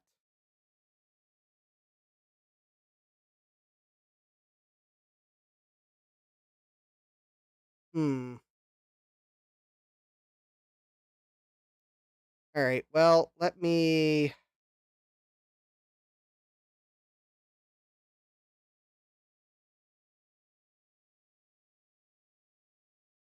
All right. exFAT. All right. Let me go ahead and fix the fragmentation. I know it's the best video of a crappy keyboard. Yeah.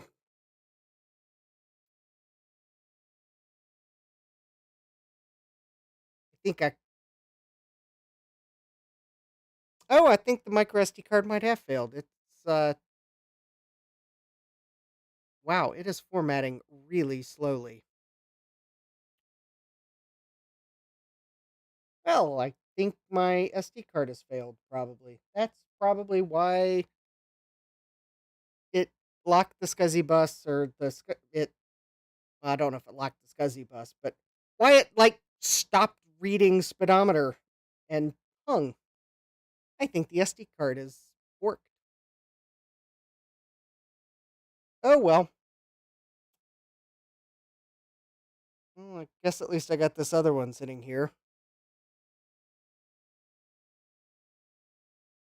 Yeah, this SD card should be formatting way, way faster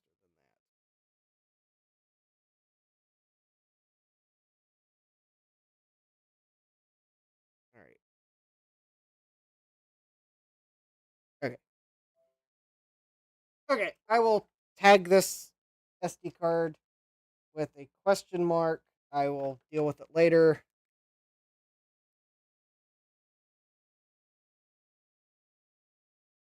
All right.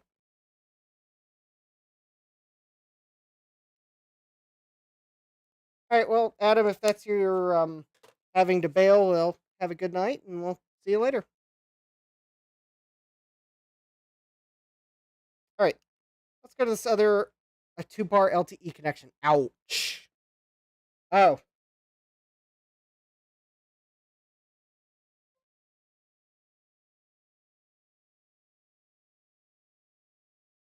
Okay. Let's try this. So let me copy this image off of this card because oh wow, this card is copying much faster than the other one. Yeah, I bet that Samsung card I was using is went bad.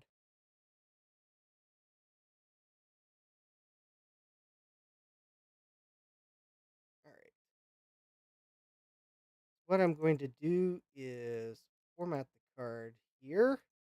Make sure when I copy all these images to it, it doesn't fragment. Okay. Now I need to copy.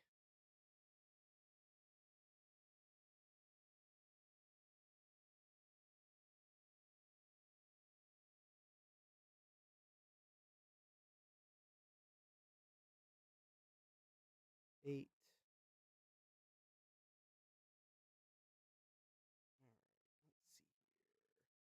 Let's see here. Copy our hard drive image over.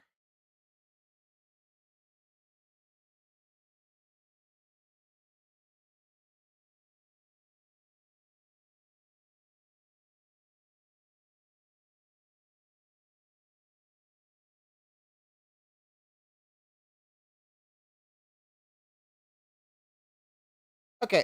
While I wait for images to copy, so we can actually try to identify this 6100 series computer that just does not want to be identified tonight, and that also does not want to.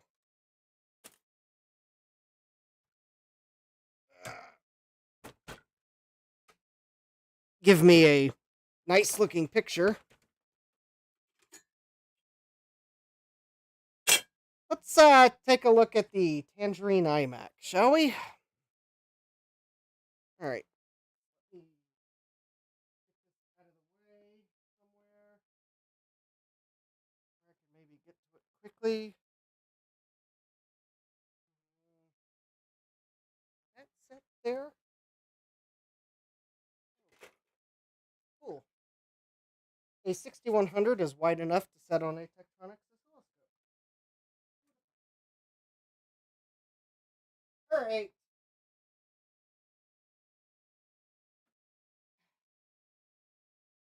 This is going to be the most awkward show off because I haven't had a chance to install the um, OBS plugin for DroidCam yet. Plus, I've been told the display didn't power up.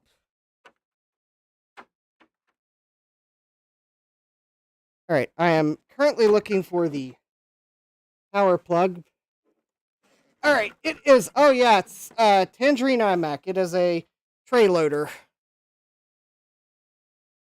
So I can tell you this is a 333 megahertz because, well, it's marked. That's what's marked on the label. Where did Apple? Oh, there's the power plug right there. All right. I just didn't have it turned around far enough to see it. There we go. All right.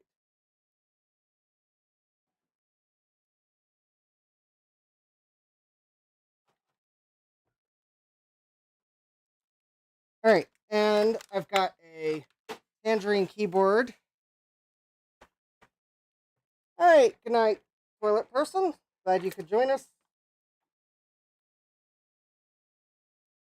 Let's plug in a keyboard.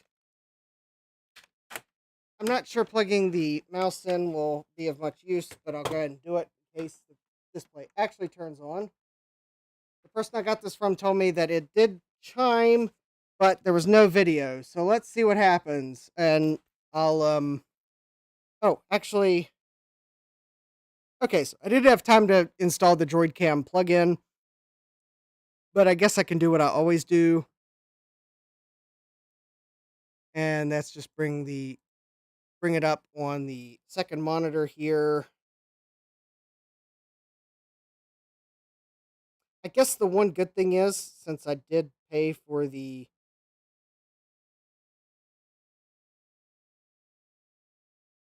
what they call it, the professional version or something,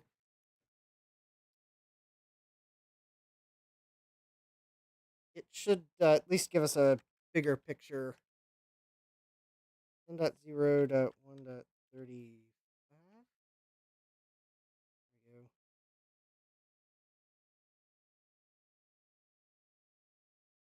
Maybe not. Oh.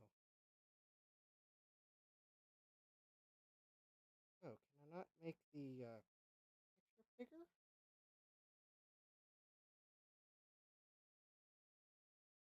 Oh. Hold on. For some reason, it's limiting me to like 640 by 480.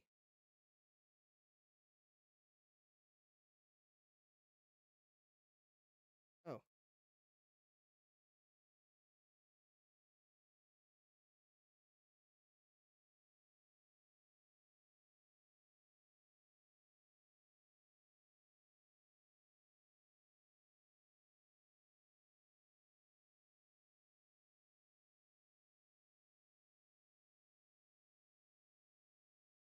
Oh, okay. Maybe it is still limited to 640 by 480. All right. So, 3, 2, 1. Yeah, I hear fans. Heard a speaker pop. We do have an amber light.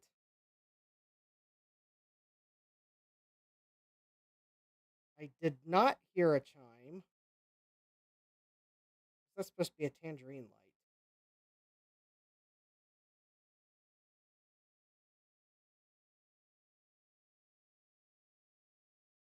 All right, we do not have a picture.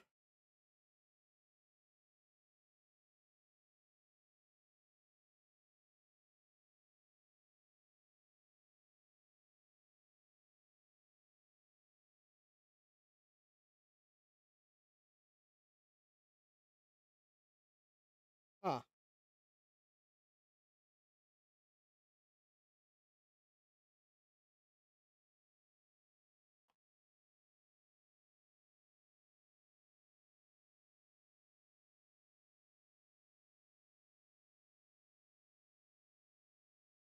I can't see the chat, but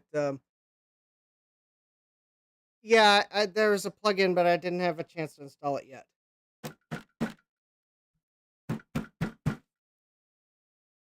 Oh, I smacked it on the side and it turned on. That's weird.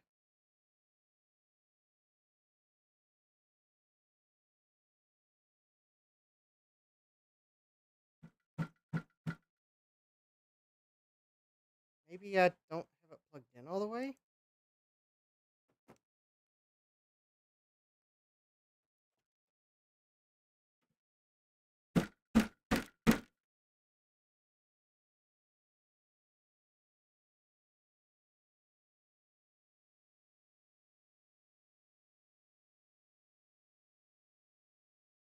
Okay.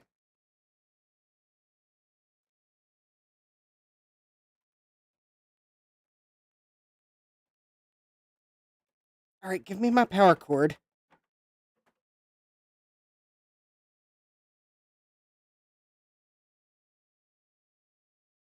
Okay. So,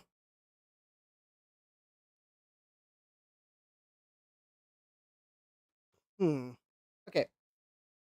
All right, I am definitely getting a like ozony smell, maybe.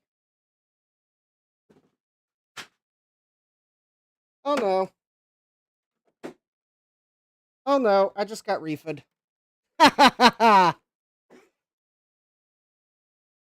Oh wait a minute. Hold on.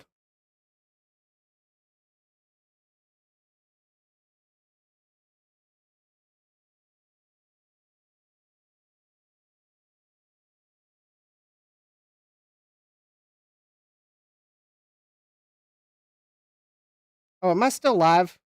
Because it's giving me a buffering error. Yeah, I definitely. I Yeah, something went pop inside of it. That is all that we're probably going to get done on this tonight. No, I did not hear to answer the questions. Um,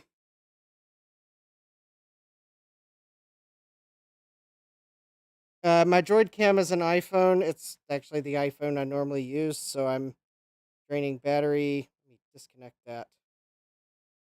Um, the Adam's got like 25 iMac G3s in storage. Let's see here.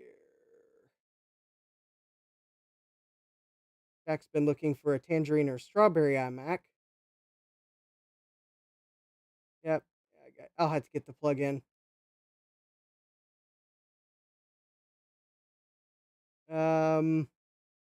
Fruit flavored Reefa smell. No, unfortunately, it smells just like the classic old Reefa smell. But yeah, I definitely,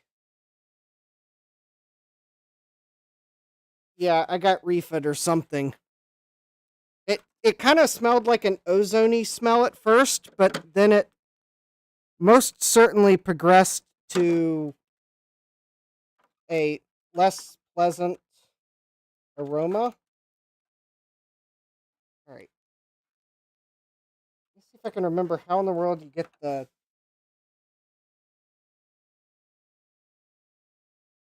I don't know if it was actually a Reefa cap that went, or maybe another capacitor.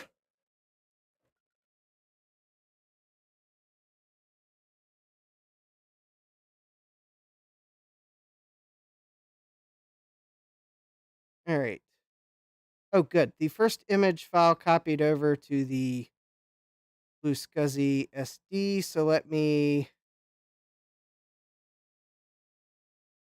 copy the other image Gutbomb sent me. Oh, that's right. There is a screw here you need to remove.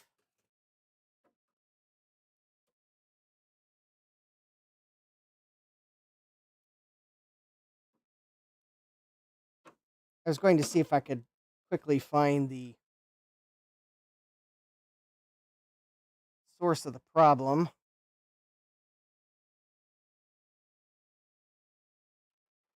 Is that a captive screw or not?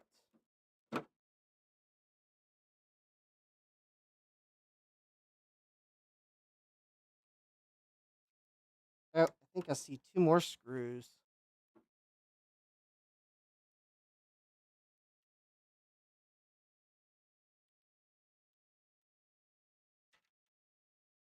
Yes, I think Steve Jobs missed the opportunity to make the smell of the computer more pleasant in the event that the safety cap decided to go.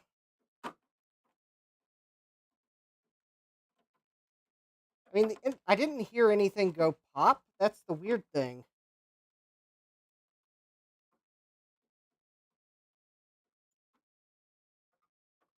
It just kind of started smelling ozony, and yeah, Adam says the problem is these were built like crap, and that is true. In fact, I'm totally expecting to break. I am totally expecting something to break trying to pop the cover off to see if I can tell what went. That is the unfortunate side of these iMacs. So what I do know is that when my friend got this computer, it chimed and had a video image. And then I guess more recently, he, I guess, ought to retest it. And he said it chimed, but he didn't get a video image. And then I foolhardily thought that, well, if I power it up, maybe I'll get the chime and no video image too. But, well, I got no chime and the fragrance du rifa. And that's me trying to make it sound fancy. Um, I do believe that it's a candle scent that Yankee Candle will probably reject. Gutbomb says, my Bondi Blue is ozony and zappy. Well, this one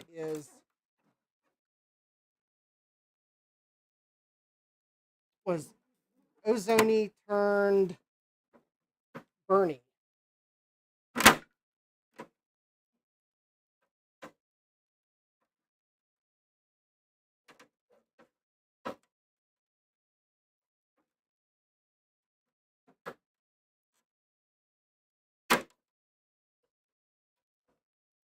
Okay, I think I am experiencing firsthand what Adam was talking about, the build construction of these.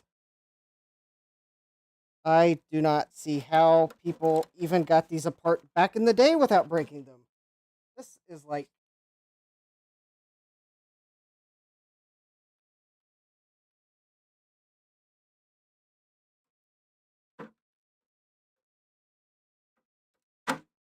Steve Jobs is saying, I've got this vision of computers that come in 5 fruity flavors to revitalize our Mac sales because people will want to collect all 5, and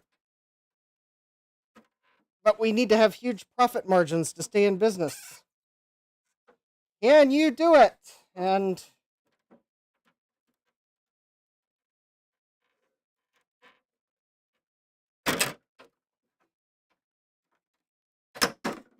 all right, there we go. Well, I got the first plastic piece off without completely shattering it. Oh, okay. Well, that's stamped polycarbonate. That might be how I got that one off without too much trouble. Oh, wait. All of it's marked polycarbonate. Never mind. Oh, yay. Now I see the, well, there's the Class 1 laser product.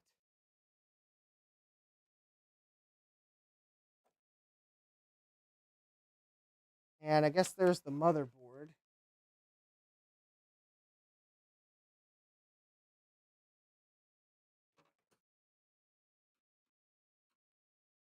Oh, I didn't even hear it like the degaussing coil go when I turned this on. I thought normally you'd hear like a buzz or something. Adam McGee says Steve Jobs thought computers didn't need fans. Kensington became a huge company. There you go. Yeah. Yeah, that pretty much sums it up. That is very true.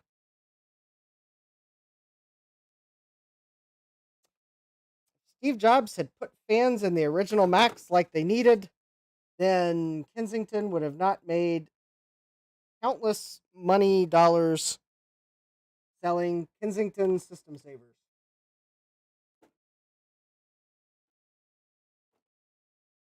The fan you actually needed that Apple did not want to sell you. Or probably more specifically Steve Jobs, because I am fairly sure that someone in engineering probably told him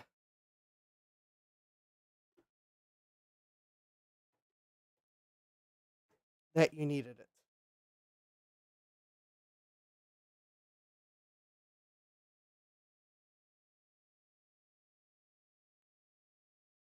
Oh, that screwdriver's too big.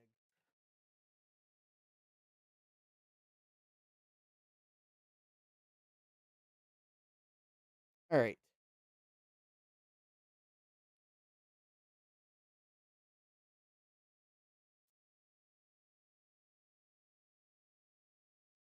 It looks like I need to remove.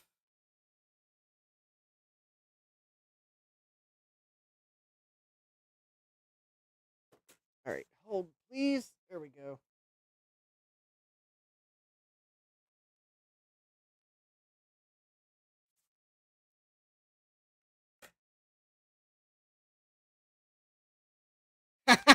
Adam McGee says they still snuck in fan mounting points in the G4 Cube. Well, good for engineering. Yeah, a lot of fans back then were loud.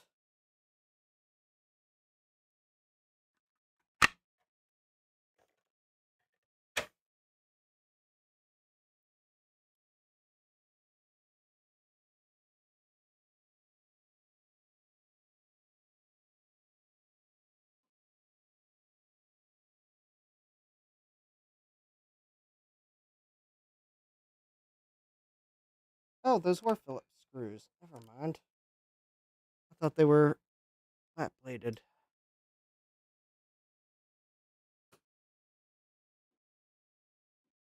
There we go.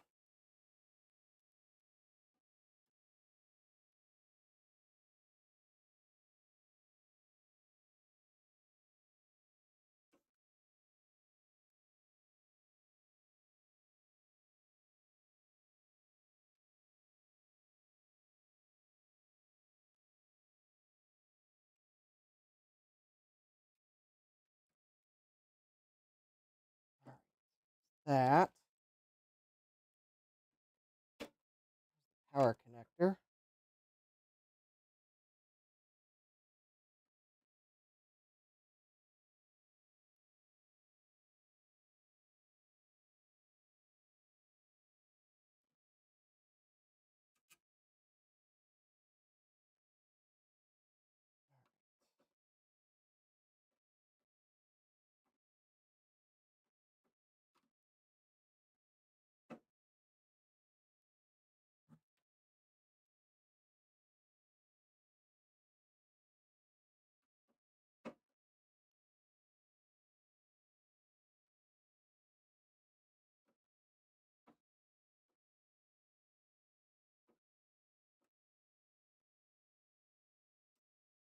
Thought I would at least get this apart enough so I could tell if it was something in the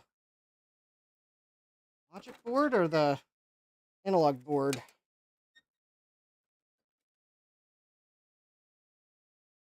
Somewhere else. Oh.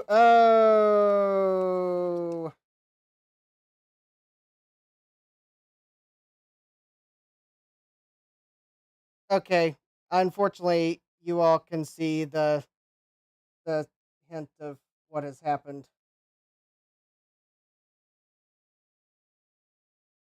I'll give you all 3 guesses as to what happened. The first 2 don't count.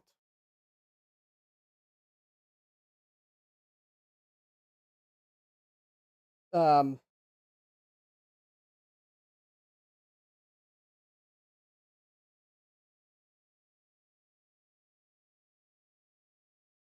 and there's enough clue on the screen if you know where to look.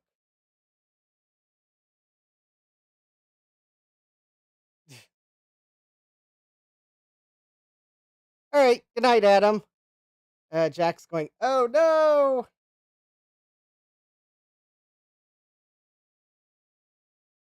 Yeah.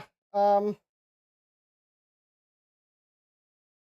that might have not been the smell of Reefa. Just saying. All right.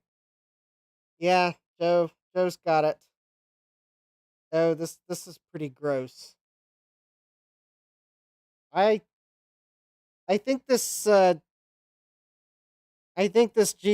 logic board has had it. It is probably not salvageable. Mind you, the logic board. Yeah, let me get the rest of the iMac off the bench so that I can show you in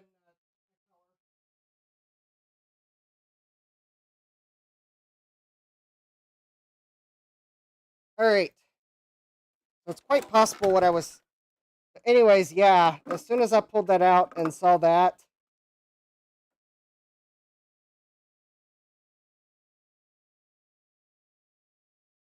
I should have known it was going too smoothly when I managed to get the bottom off without like breaking any plastic. I should have known that it was broken in other ways. All right, so there's that. I mean, I really wish that I could figure out exactly what I was smelling. Oh, I think it was probably the analog board in this. All right, well, let me set this.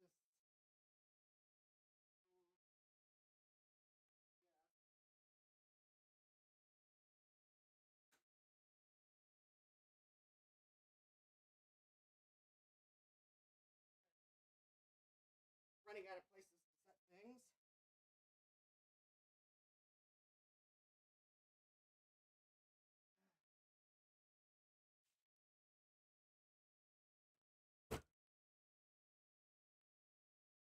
You can say that again, Jack. All right, for those of you that are on the West Coast and might be eating dinner, you should have already looked away. Granted, it might still be a bit late for dinner on the West Coast. Yeah, I was probably smelling components shorting out because they were covered with battery goo. Yes, that is probably very much correct. Um, Maxwell strikes again. Yes. Yes, that is definitely a Maxwell battery. It is let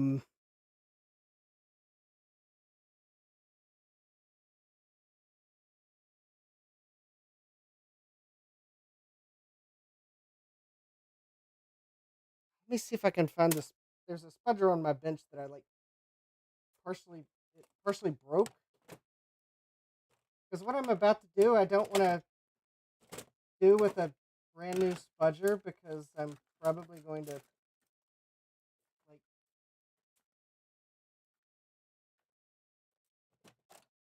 burn it afterwards due to grossness. Oh, here we go. A Q-tip. Is that?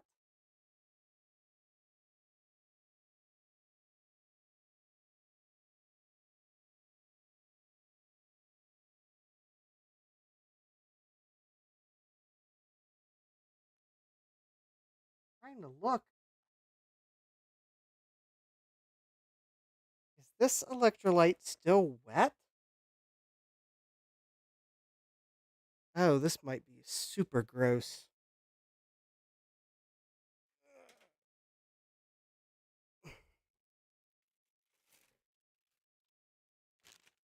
I may have to rate the stream PG-13 for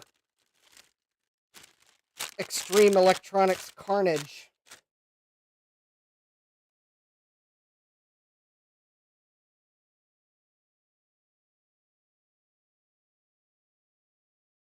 No, actually, I think it's just crystallized. Oh, speaking of crystallized, pun intended. Throw those directly into the trash can. All right, so that's the Maxwell battery. And folks, this is why you need to remove the batteries for putting your vintage Macs in storage.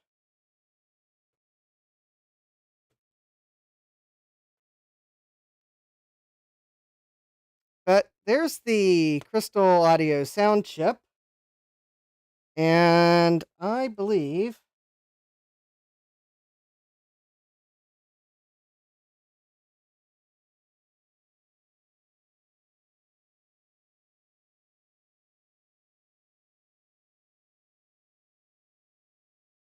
oh, I believe there might have been a caster there or something.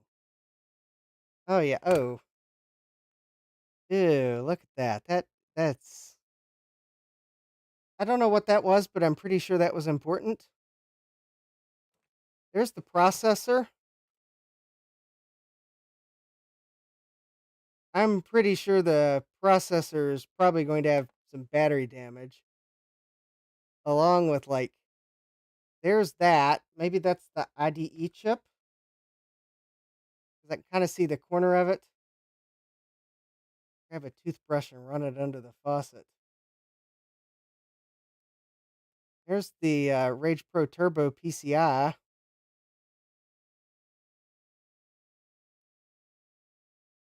There's the MT RAM.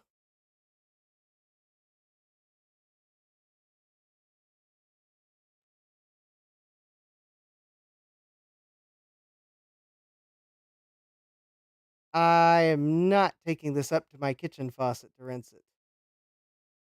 That's for sure. Probably take this outside with the garden hose, but it's like 11:37. Yeah, I think that there's a chance that this is not repairable.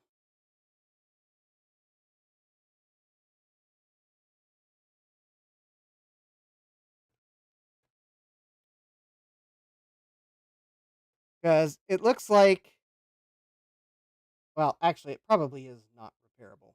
Because it looks like, at a minimum, this chip probably has to be replaced. Because I'm fairly sure these legs here are probably cooked. That chip there, I'm pretty sure those legs there are, quite honestly, I'd be surprised if they're still legs, especially on this corner of the chip.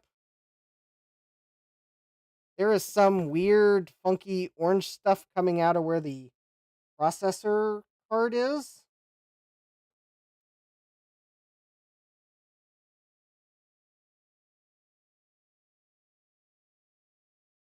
I have no idea what that is.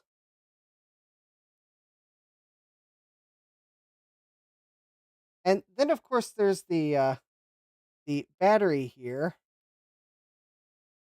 that yeah.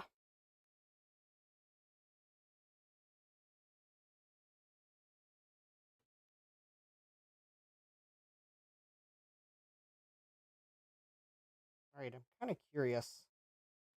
I don't remember how you get the processor shield off, and of course it's probably rusted together.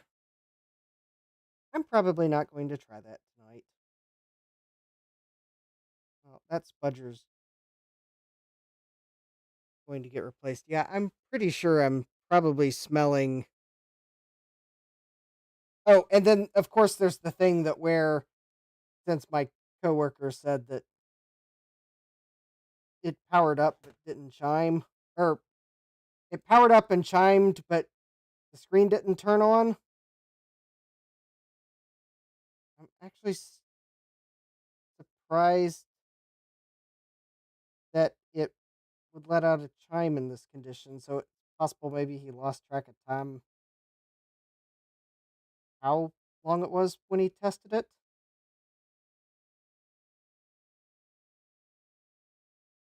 Because, yeah, I guess that's not to say that this battery couldn't have gone, like, really recently, but it quite honestly looks like this has been sitting on this for a while.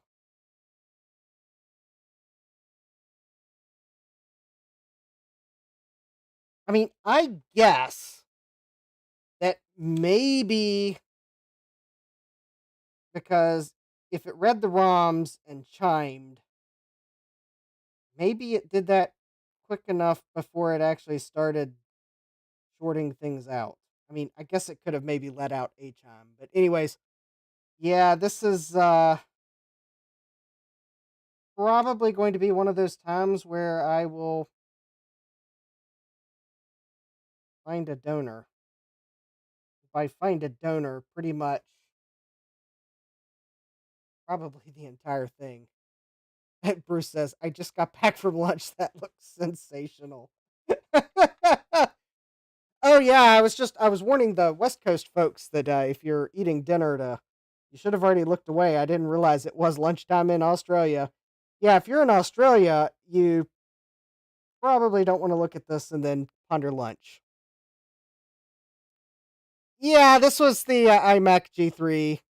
Yeah, Jack's saying it still seems somewhat wet. Yeah, I am thinking that it might still be wet too, which is kind of why, if it wasn't for the fact that it's,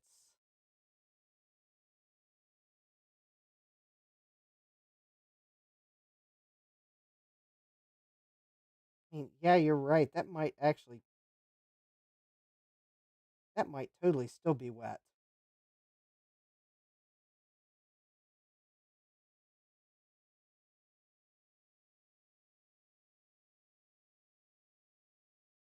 Yeah, if that's wet, all right. This, Thomas says, put the board in the dishwasher. It'll be fine. I ain't putting this board in my dishwasher. I'll I'll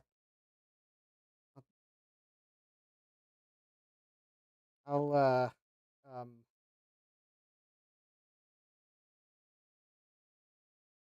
I don't think I'd even put this in someone else's dishwasher. This is gross. I will. Jack would definitely wants to see what it looks like after being cleaned up. All right, I will tell you what. It won't be tonight because it's way too dark to do it, and I'd have to hook up the. Jack wonders if it's possibly salvageable. All right, I'm not going to do it tonight because it's like 11:45 and it's dark, and I wouldn't be able to really see to hook the garden hose up. I don't want to put this in my ultrasonic cleaner because I just changed the water recently, and I would probably for sure have to change the water again if I put this board in the ultrasonic cleaner because this would put some pretty caustic stuff in the water. So I think this weekend I will take it outside to the with the garden hose to at least pre-rinse it. I will turn the garden hose so that it's not like one of the high pressure blast it, but at least, yeah, it needs a pre-cleaning before it goes in the ultrasonic. But I will at least give it a pre-rinse with a gentle flow from the garden hose where I could take a toothbrush that will never be used for anything else again. Oh, here we go. I have a candidate toothbrush. This is cleaned enough flux that I think it can give the rest of its remaining scrubbing life for science. But I will at least pre-rinse the board outside. That will also let me probably get the battery, because at this point, I don't think removing the battery now is really going to make any difference. Dave says soap and water. Plus, I'd like to set it up so that I can actually, like, maybe film it. There's also another good reason for me not to do it now. So at least I get on video whether or not it's salvageable. But yeah, I'll rinse it this weekend because it's going out to the garden hose. I'm not taking this up to the kitchen sink. I'm not putting it in my dishwasher.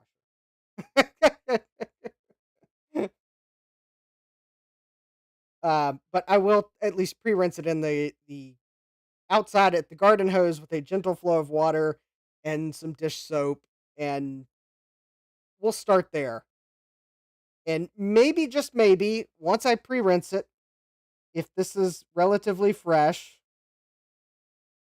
although I can definitely see, I think there's at least one pin that's had it on the sound chip. I can't really zoom into it. It's at a weird angle. But maybe it might be savable. I'm kind of wondering if the smell I smelled was maybe yeah, that electrolyte. Yeah, this, the board in this area smells exactly like what I smelled. So I'm kind of wondering if, I think this is what I smelled. The oxidation of battery corrosion. I mean, I would at least maybe like to see if I can't, alright, the one thing I would like to do, in the event that the corrosion has not started to eat at it, and I don't know how you get these heat sinks off. I'm probably going to have to pre-rinse it before I'll be able to get this out. But I was thinking at least maybe I could pull the processor card. But I think I'm going to have to pre-rinse it because the corrosion's actually on the metal frame. So anyways, that's my plan. I'll take it outside this weekend and I'll pre-rinse it. For now, though, it's going to I'm going to set it to the side. And unfortunately, all right, let's see here. Let me see what I got on my blue scuzzy image. So I've got the software. I've got the, let's see, HD01 512. And let's see here. Oh, not HD01. Oh. And let's see. 40.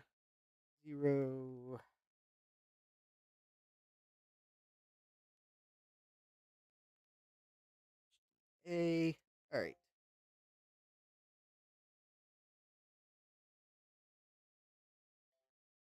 All right.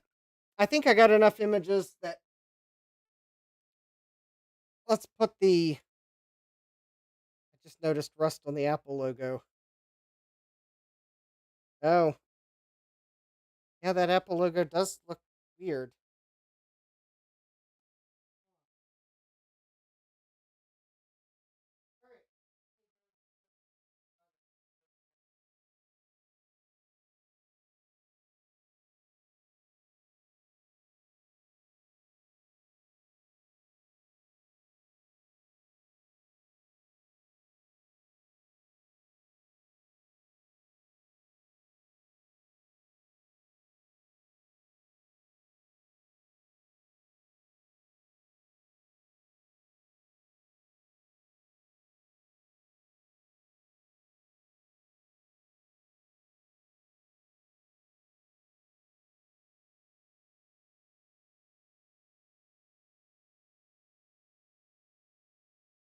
Okay. Also, I'm going to, all right, because I had traces of battery corrosion on my gloves. Oh.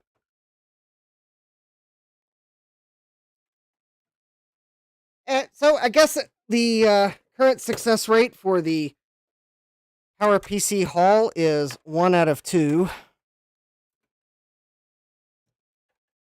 We'll just say that I am glad that I did not make that an eBay transaction because I would have been very sad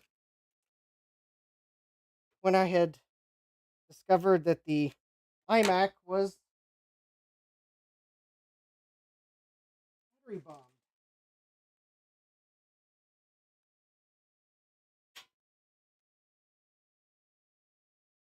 All right, hold please while I remember what I did with the. There we go. That keyboard and mouse.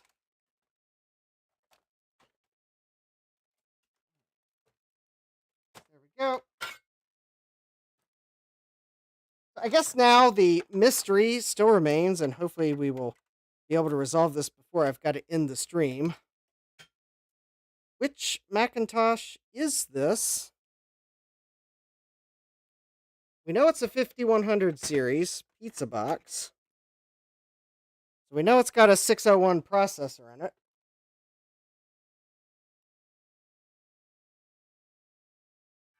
But so far, I haven't been able to run a program to tell us which one it is. How's the iMac monitor? Well, Thomas, I don't know how the iMac monitor is because the logic board was battery bombed, so there is no way I would have had anything on the screen to even see if the monitor is good or bad. So that will remain a mystery. Although I kind of suspect I'm going to at least have to reflow the flyback, but well, that'll wait till later. Oh, I should have probably disabled extensions.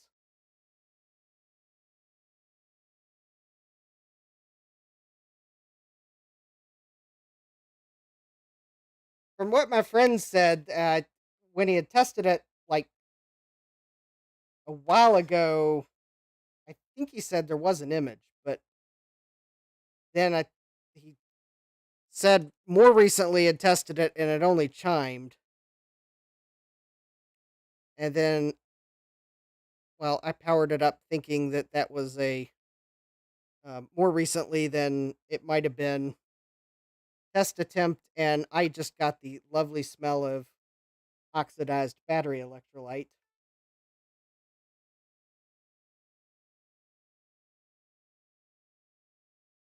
I don't know if the battery gas got up into it, Thomas. The bottom shield is rusted, but those things are such a pain to disassemble. I'm well, it's not going to get disassembled tonight. I'll have to have a dedicated stream to disassemble it, but I don't have another iMac G3 logic board to test it with if I did disassemble it and repair anything that's wrong with it. At the moment, I'd have no way of testing it once I was done.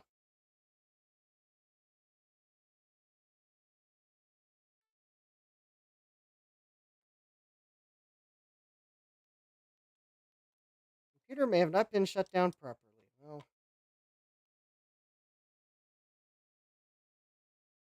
I'm about to not shut it down properly again because this takes too long to boot. Come on, we want to know what Mac this is before tomorrow in my time zone.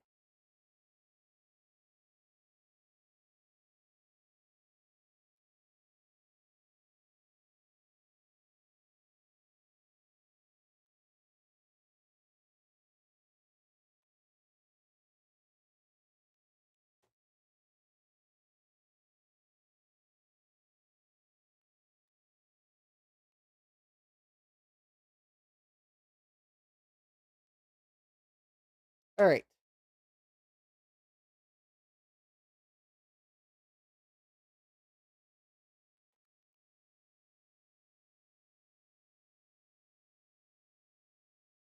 This by chance have speedometer on it already.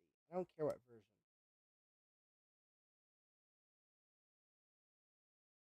There we go. Speedometer 4.02. Version that got us in trouble the first time. Probably because the SD card failed.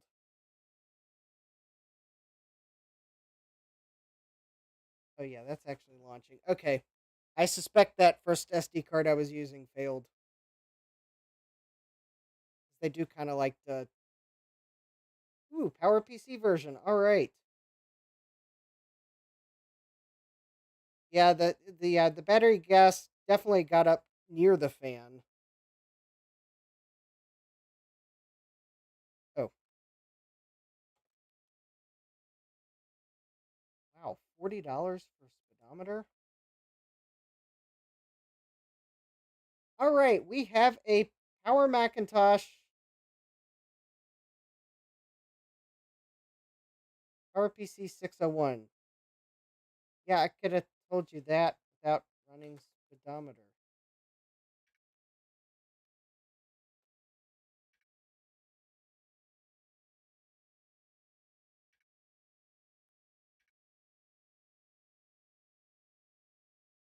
Um,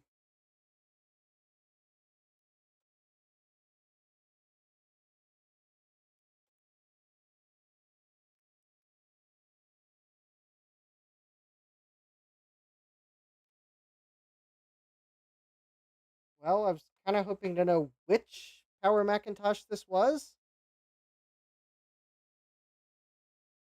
Okay, it's not giving me an exact model number. Power Macintosh 601. In fact, it's not even giving me the speed. How about the run all tests, maybe?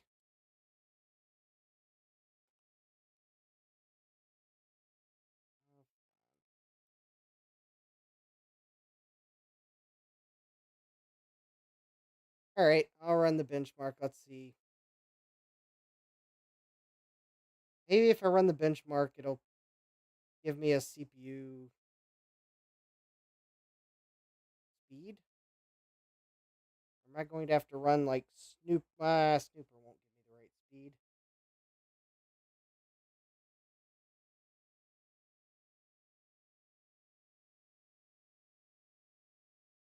Anyone's got a suggestion of another program that'll tell me the processor speed? Because then that'll help me take a guess as to which model this actually is. My guess was that this is a Performa. Either it's a Performa 6118 CD because it had a 500 megabyte hard drive, or it's a Power Macintosh 6100 that got ordered with a 500 megabyte hard drive and a CD.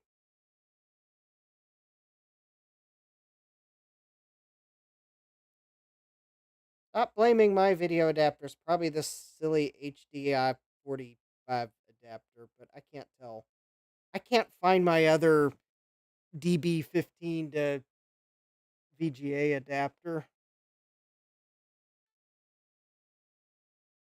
It's on my bench somewhere, and I've probably actually probably considering I haven't found it all evening, I probably knocked it on the floor and haven't realized it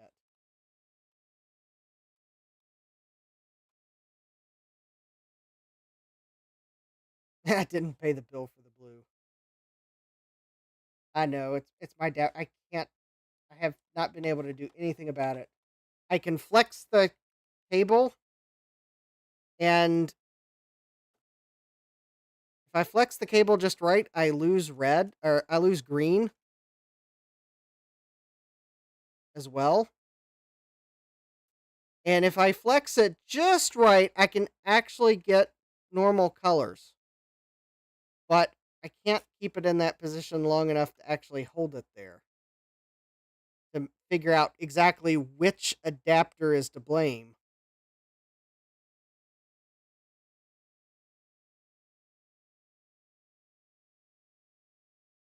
So I'm okay. Speedometer didn't tell me what we wanted to know.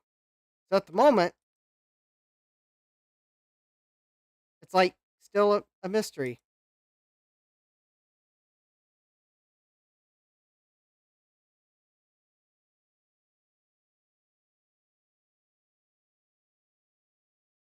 I don't know. I might have to install macOS 8 on it so I could run um, System Profiler. Because 7.5 didn't come with System Profiler. Or did it?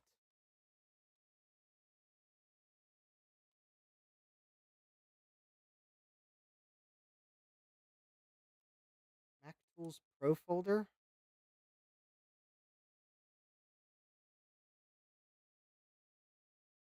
All right, let's see if there's any other software on this image that might give me the processor speed.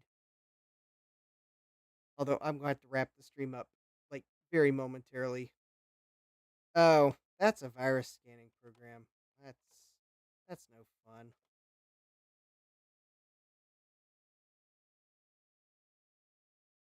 Uh oh, Jack says it might be a 7.6 thing. Well, I don't have a 7.6 image that has PowerPC in it.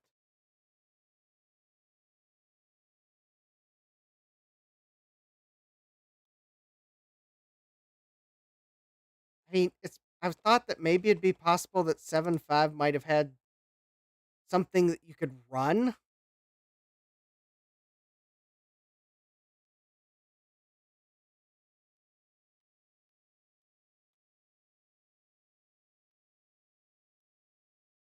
But it doesn't appear as if it does. So, yep. I guess I'm going to have to. I guess we're going to take a look at this computer again on another stream.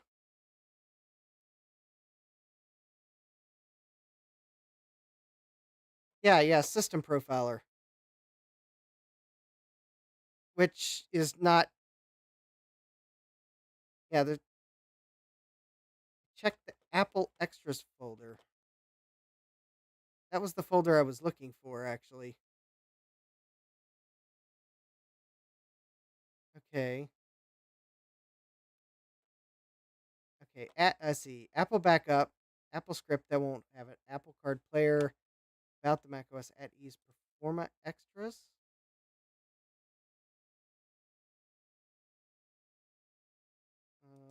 Nope.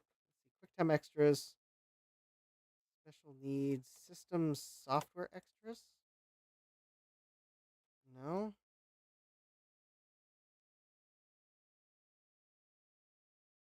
Huh.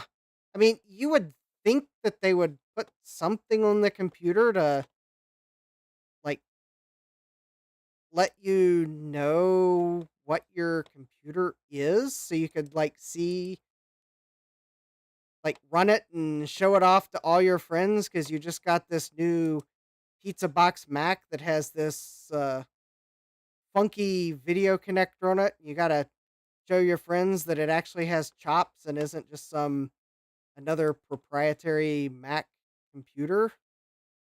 And I'm disappointed because there's nothing that got pre-installed that I can run and show my friends, hey, look, my computer runs at 66 megahertz and your Pentium's only a 60.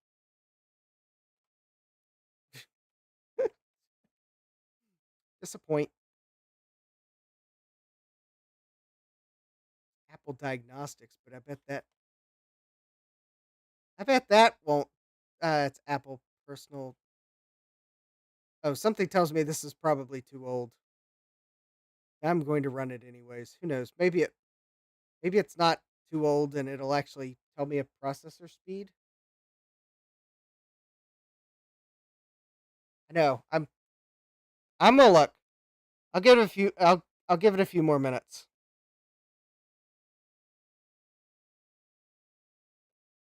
System info. I mean, the fact that it ran and hasn't yet complained that this system is like not compatible, maybe this is newer than I thought it was. There we go. There we go. PowerPC 601 at 60 megahertz. Coprocessor 601 built in. Okay.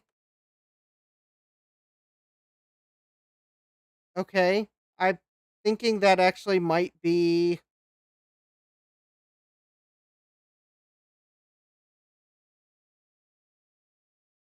considering it's calling it a PowerPC 601, I think that's our answer because I'm pretty sure that if this was like some 68K program, that it wouldn't be able to tell me it was a PowerPC 601. I mean, maybe it is a 68K program and it called a Mac OS function that gave it the right answer. But if that's the case, then it probably called another Mac OS function that gave it the processor speed. So I'm, Jack says, interesting. I guess this is what turned into System Profiler. Actually, that does look a lot like System Profiler. Benchmark checks. Compare the speed of your computer with a. Oh, there we go. Okay. For sure, considering the Power Mac 8100 is in the list, this thing is definitely PowerPC savvy because that wouldn't be in the list if it was a 68K benchmark. Although this may run on a 68K Mac, but at least it knows about PowerPC obviously because it's got Power Mac's 8100 in the list. Oh, okay. Yeah, we knew that'd be slower. Well, that's interesting.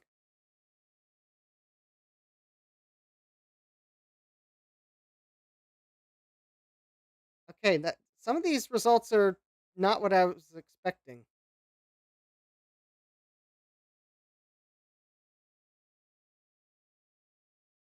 So, compared to the 8180 AV, the integer math was 1.37 times slower, which going from an 80 to a 60, that sounds about right. Complex functions 3.04 times faster? What? With FPU 1.06 times slower. Interesting. Yeah, its list of comparison systems is kind of funny. Its benchmarks are kind of funny too, because theoretically, all of these should be slower, except maybe the hard drive speed because it's a blue SCSI. So I'd expect that could be faster, but the complex function test is running faster than the 80 megahertz 8100. Everything else, though, is roughly slower based on what I would expect going from 80 to 60 megahertz. I don't know. That seems weird. Anyways, I think we have our answer. It took long enough to get it, but this is a PowerPC 601 at 60 megahertz. Therefore, if we went to the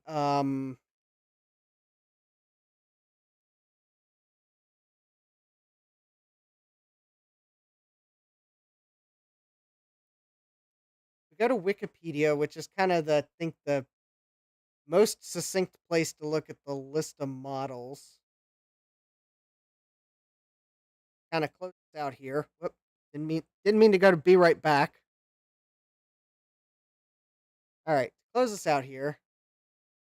If we look at the list of models, the 6118 CD, same specifications as the 6160, so that tracks. It would have included System 7.5 and a 500 megabyte hard drive with both software bundles. If you'll note, it is the only one of these that shipped with a 500 megabyte hard drive, and that's what was originally in it. I'm fairly sure this was the original Quantum hard drive. Let me check the manufacturer date if I can find one stamped on it. Okay, I don't see a manufacturing date clearly stamped on it. It might be on the bottom of the drive or something, or the label might be obstructed with plastic. Mm, I think I see what label it's on, but I don't want to remove the carrier to look at it. Anyways, the label on the top says firmware copyright 1994. Well, that's probably because Apple didn't update the firmware. All right. I don't know when the drive was made. I don't want to remove the plastic carrier.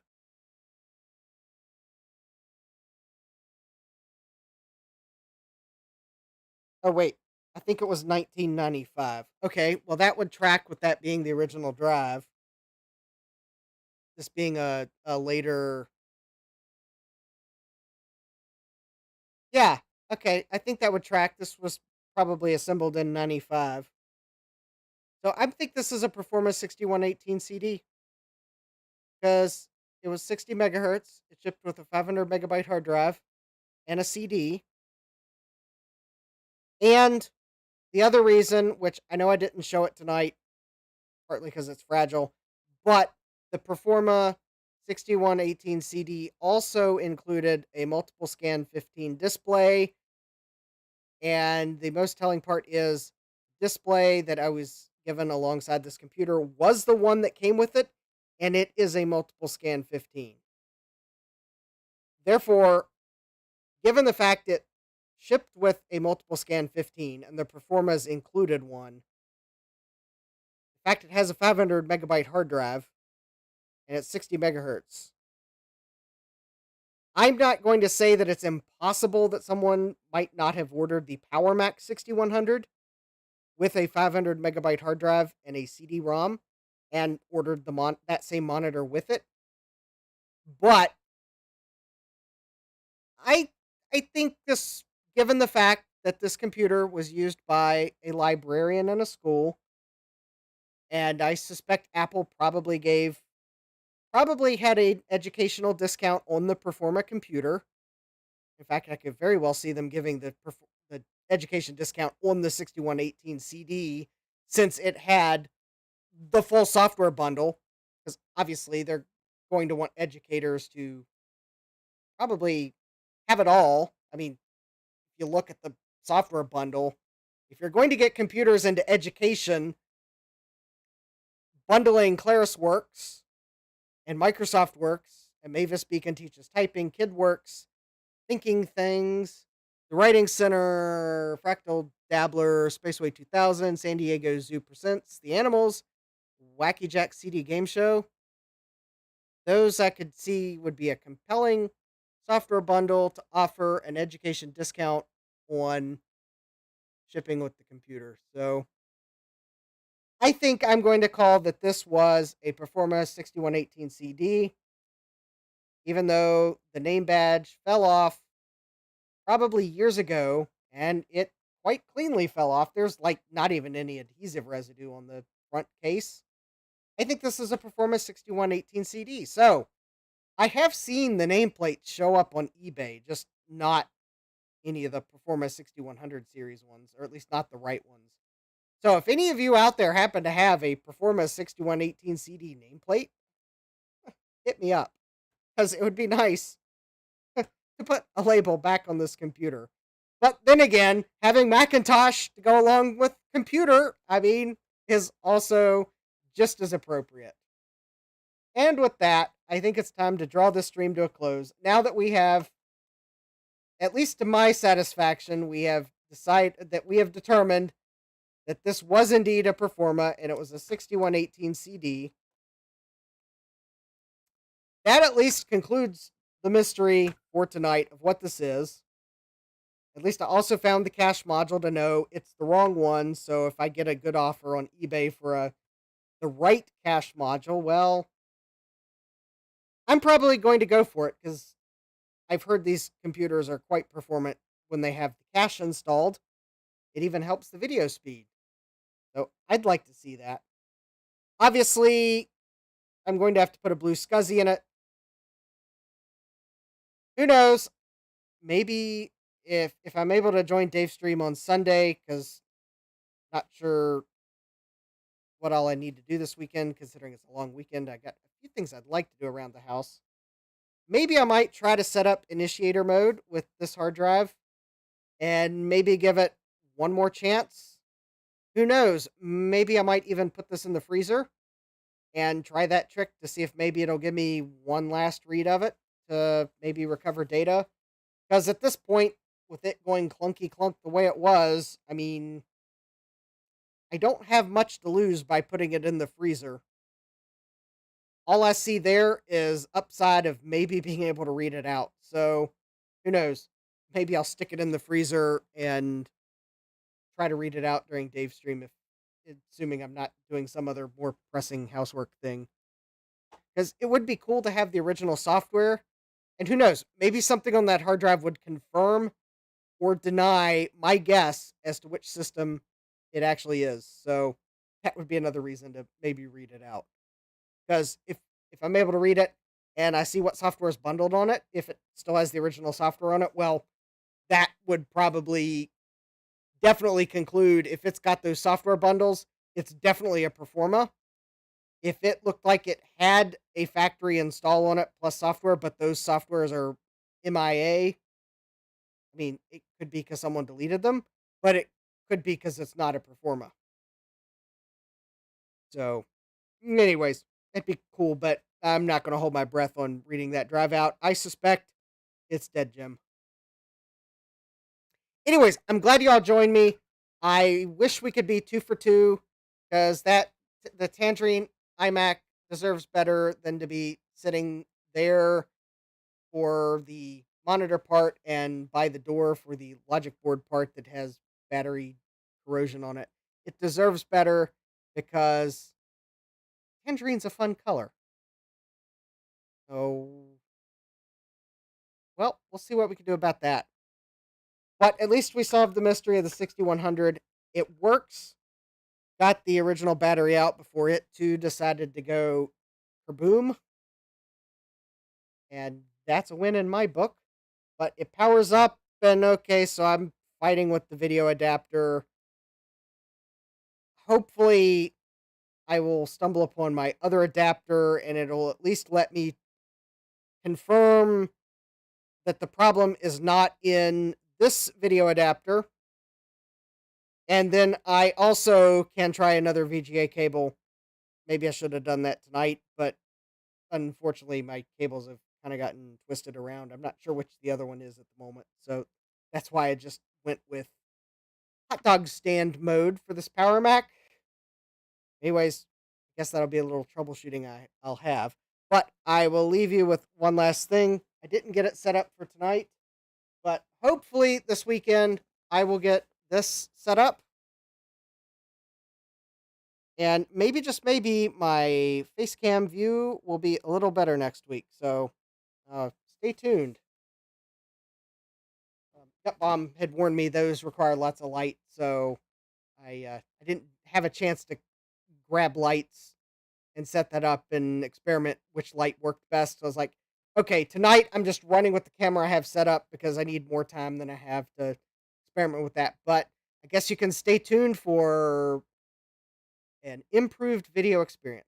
So with that, I am going to end the stream because I am going to try to get up earlier than normal to get started on my day a little earlier. All right, Jack says my sound has worked consistently tonight, so thumbs up on that. All right. So yes, give me a thumbs up to thank me for managing to find a solution to at least keep the audio good. I mean, I'm waiting for fiber internet to come into our subdivision. Believe me, as soon as fiber is available to my house, as soon as I am on the list, I guess the interested list. So I have already signed up to say, yes, I want internet, because they were doing that to judge demand to various neighborhoods. The moment I hear they're having a meeting to tell us about the internet and how to sign up, believe me, I'm going. Even if I have to cancel a stream to go to that meeting, I am going to be at that meeting. I want to fire Comcast. And then the moment I can actually sign up to have it installed, oh, believe me, I will be waiting with bated breath for that sign up form to open. And then as soon as they install the fiber, I will make sure I can be home to let them install the fiber drop in the house where it needs to go. And believe me, I will then have Comcast's number on speed dial. So as soon as I have that sweet, sweet fiber internet, Comcast is going to get the call they always dread of Sorry, I have fiber now. Goodbye. Ah, bummer. Have it 2 blocks over. Well, at the moment, I guess they're prioritizing fiber deployments in the county to places that have even worse internet. So I think because our subdivision has Comcast, even if it's not necessarily gigabit available in the entire subdivision, I think there might be parts of the subdivision where the cable they can't give gigabit. But because Comcast is available in our neighborhood, I think our neighborhood got also because I think the fiber lines coming from a different direction than other parts of the county. Our neighborhoods, I think next year, hopefully earlier than later. So I don't think I'm getting fiber internet this year, but maybe they'll have the interest meeting the end of this year. That'd be pretty cool. 'Cause I think they might have been having that like somewhat in advance of actually being able to take sign up so that you know what you need to do and kind of to let you know it's coming. So, anyways, I probably won't have fiber this year. So, well, Comcast, you don't have to worry yet. But believe me, as soon as fiber internet's available, I'm signing up because yeah, then I'll probably be smooth sailing to stream because I'll have way more bandwidth than Comcast. But anyways, for now, at the moment, I will be content with Comcast and improve my streaming the ways that are under my control.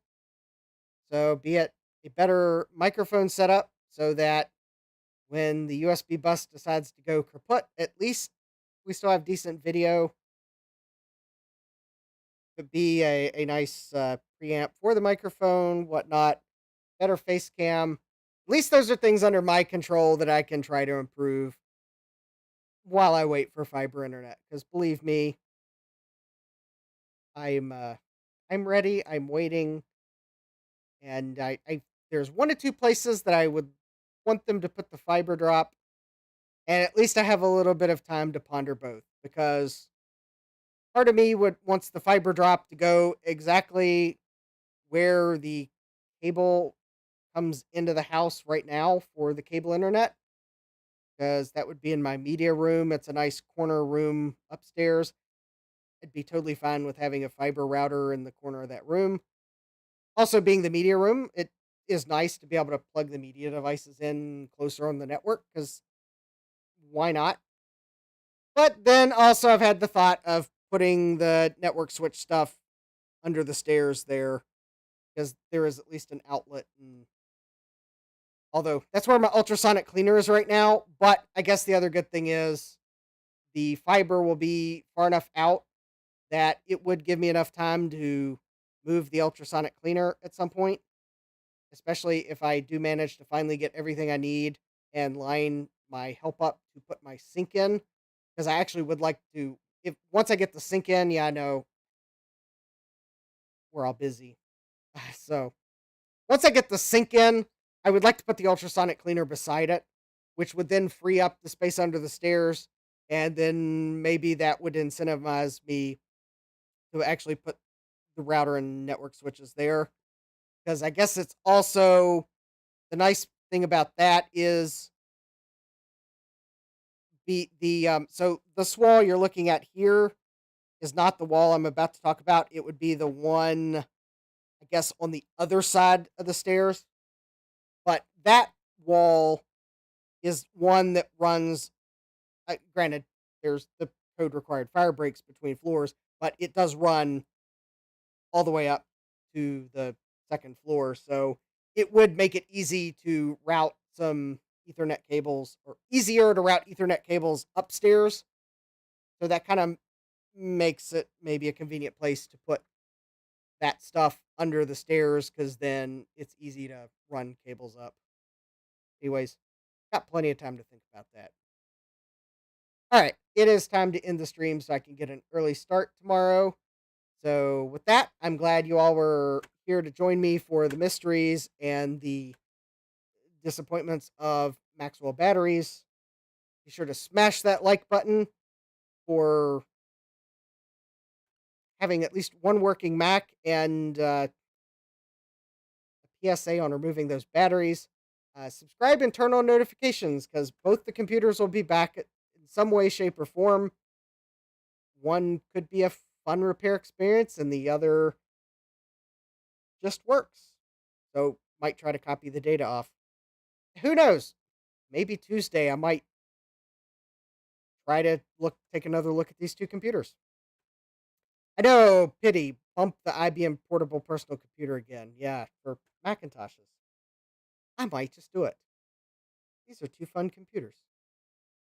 Unless I figure out I need a new HDI 45 adapter, then I may not do that because hot dog stand Mac OS is not for everyone. Part of me would like to just leave that in Windows 3.1. And on that potentially delicious note of ketchup and mustard, I think it's time to end the stream. So thank you all for joining me. Have a great rest of your day. Take care and God bless. Computerized Start is brought to you by my awesome patrons on Patreon and by your tips and memberships on Ko-fi. These and other channel supporters make my live streams possible. You too can become a channel supporter with tiers starting at just $1. Don't forget to smash that like button. And if you've liked what you've seen, subscribe and turn on notifications so that you don't miss the next video or live stream. And as always, thank you for all your support. I hope to see you next time. And until then, take care.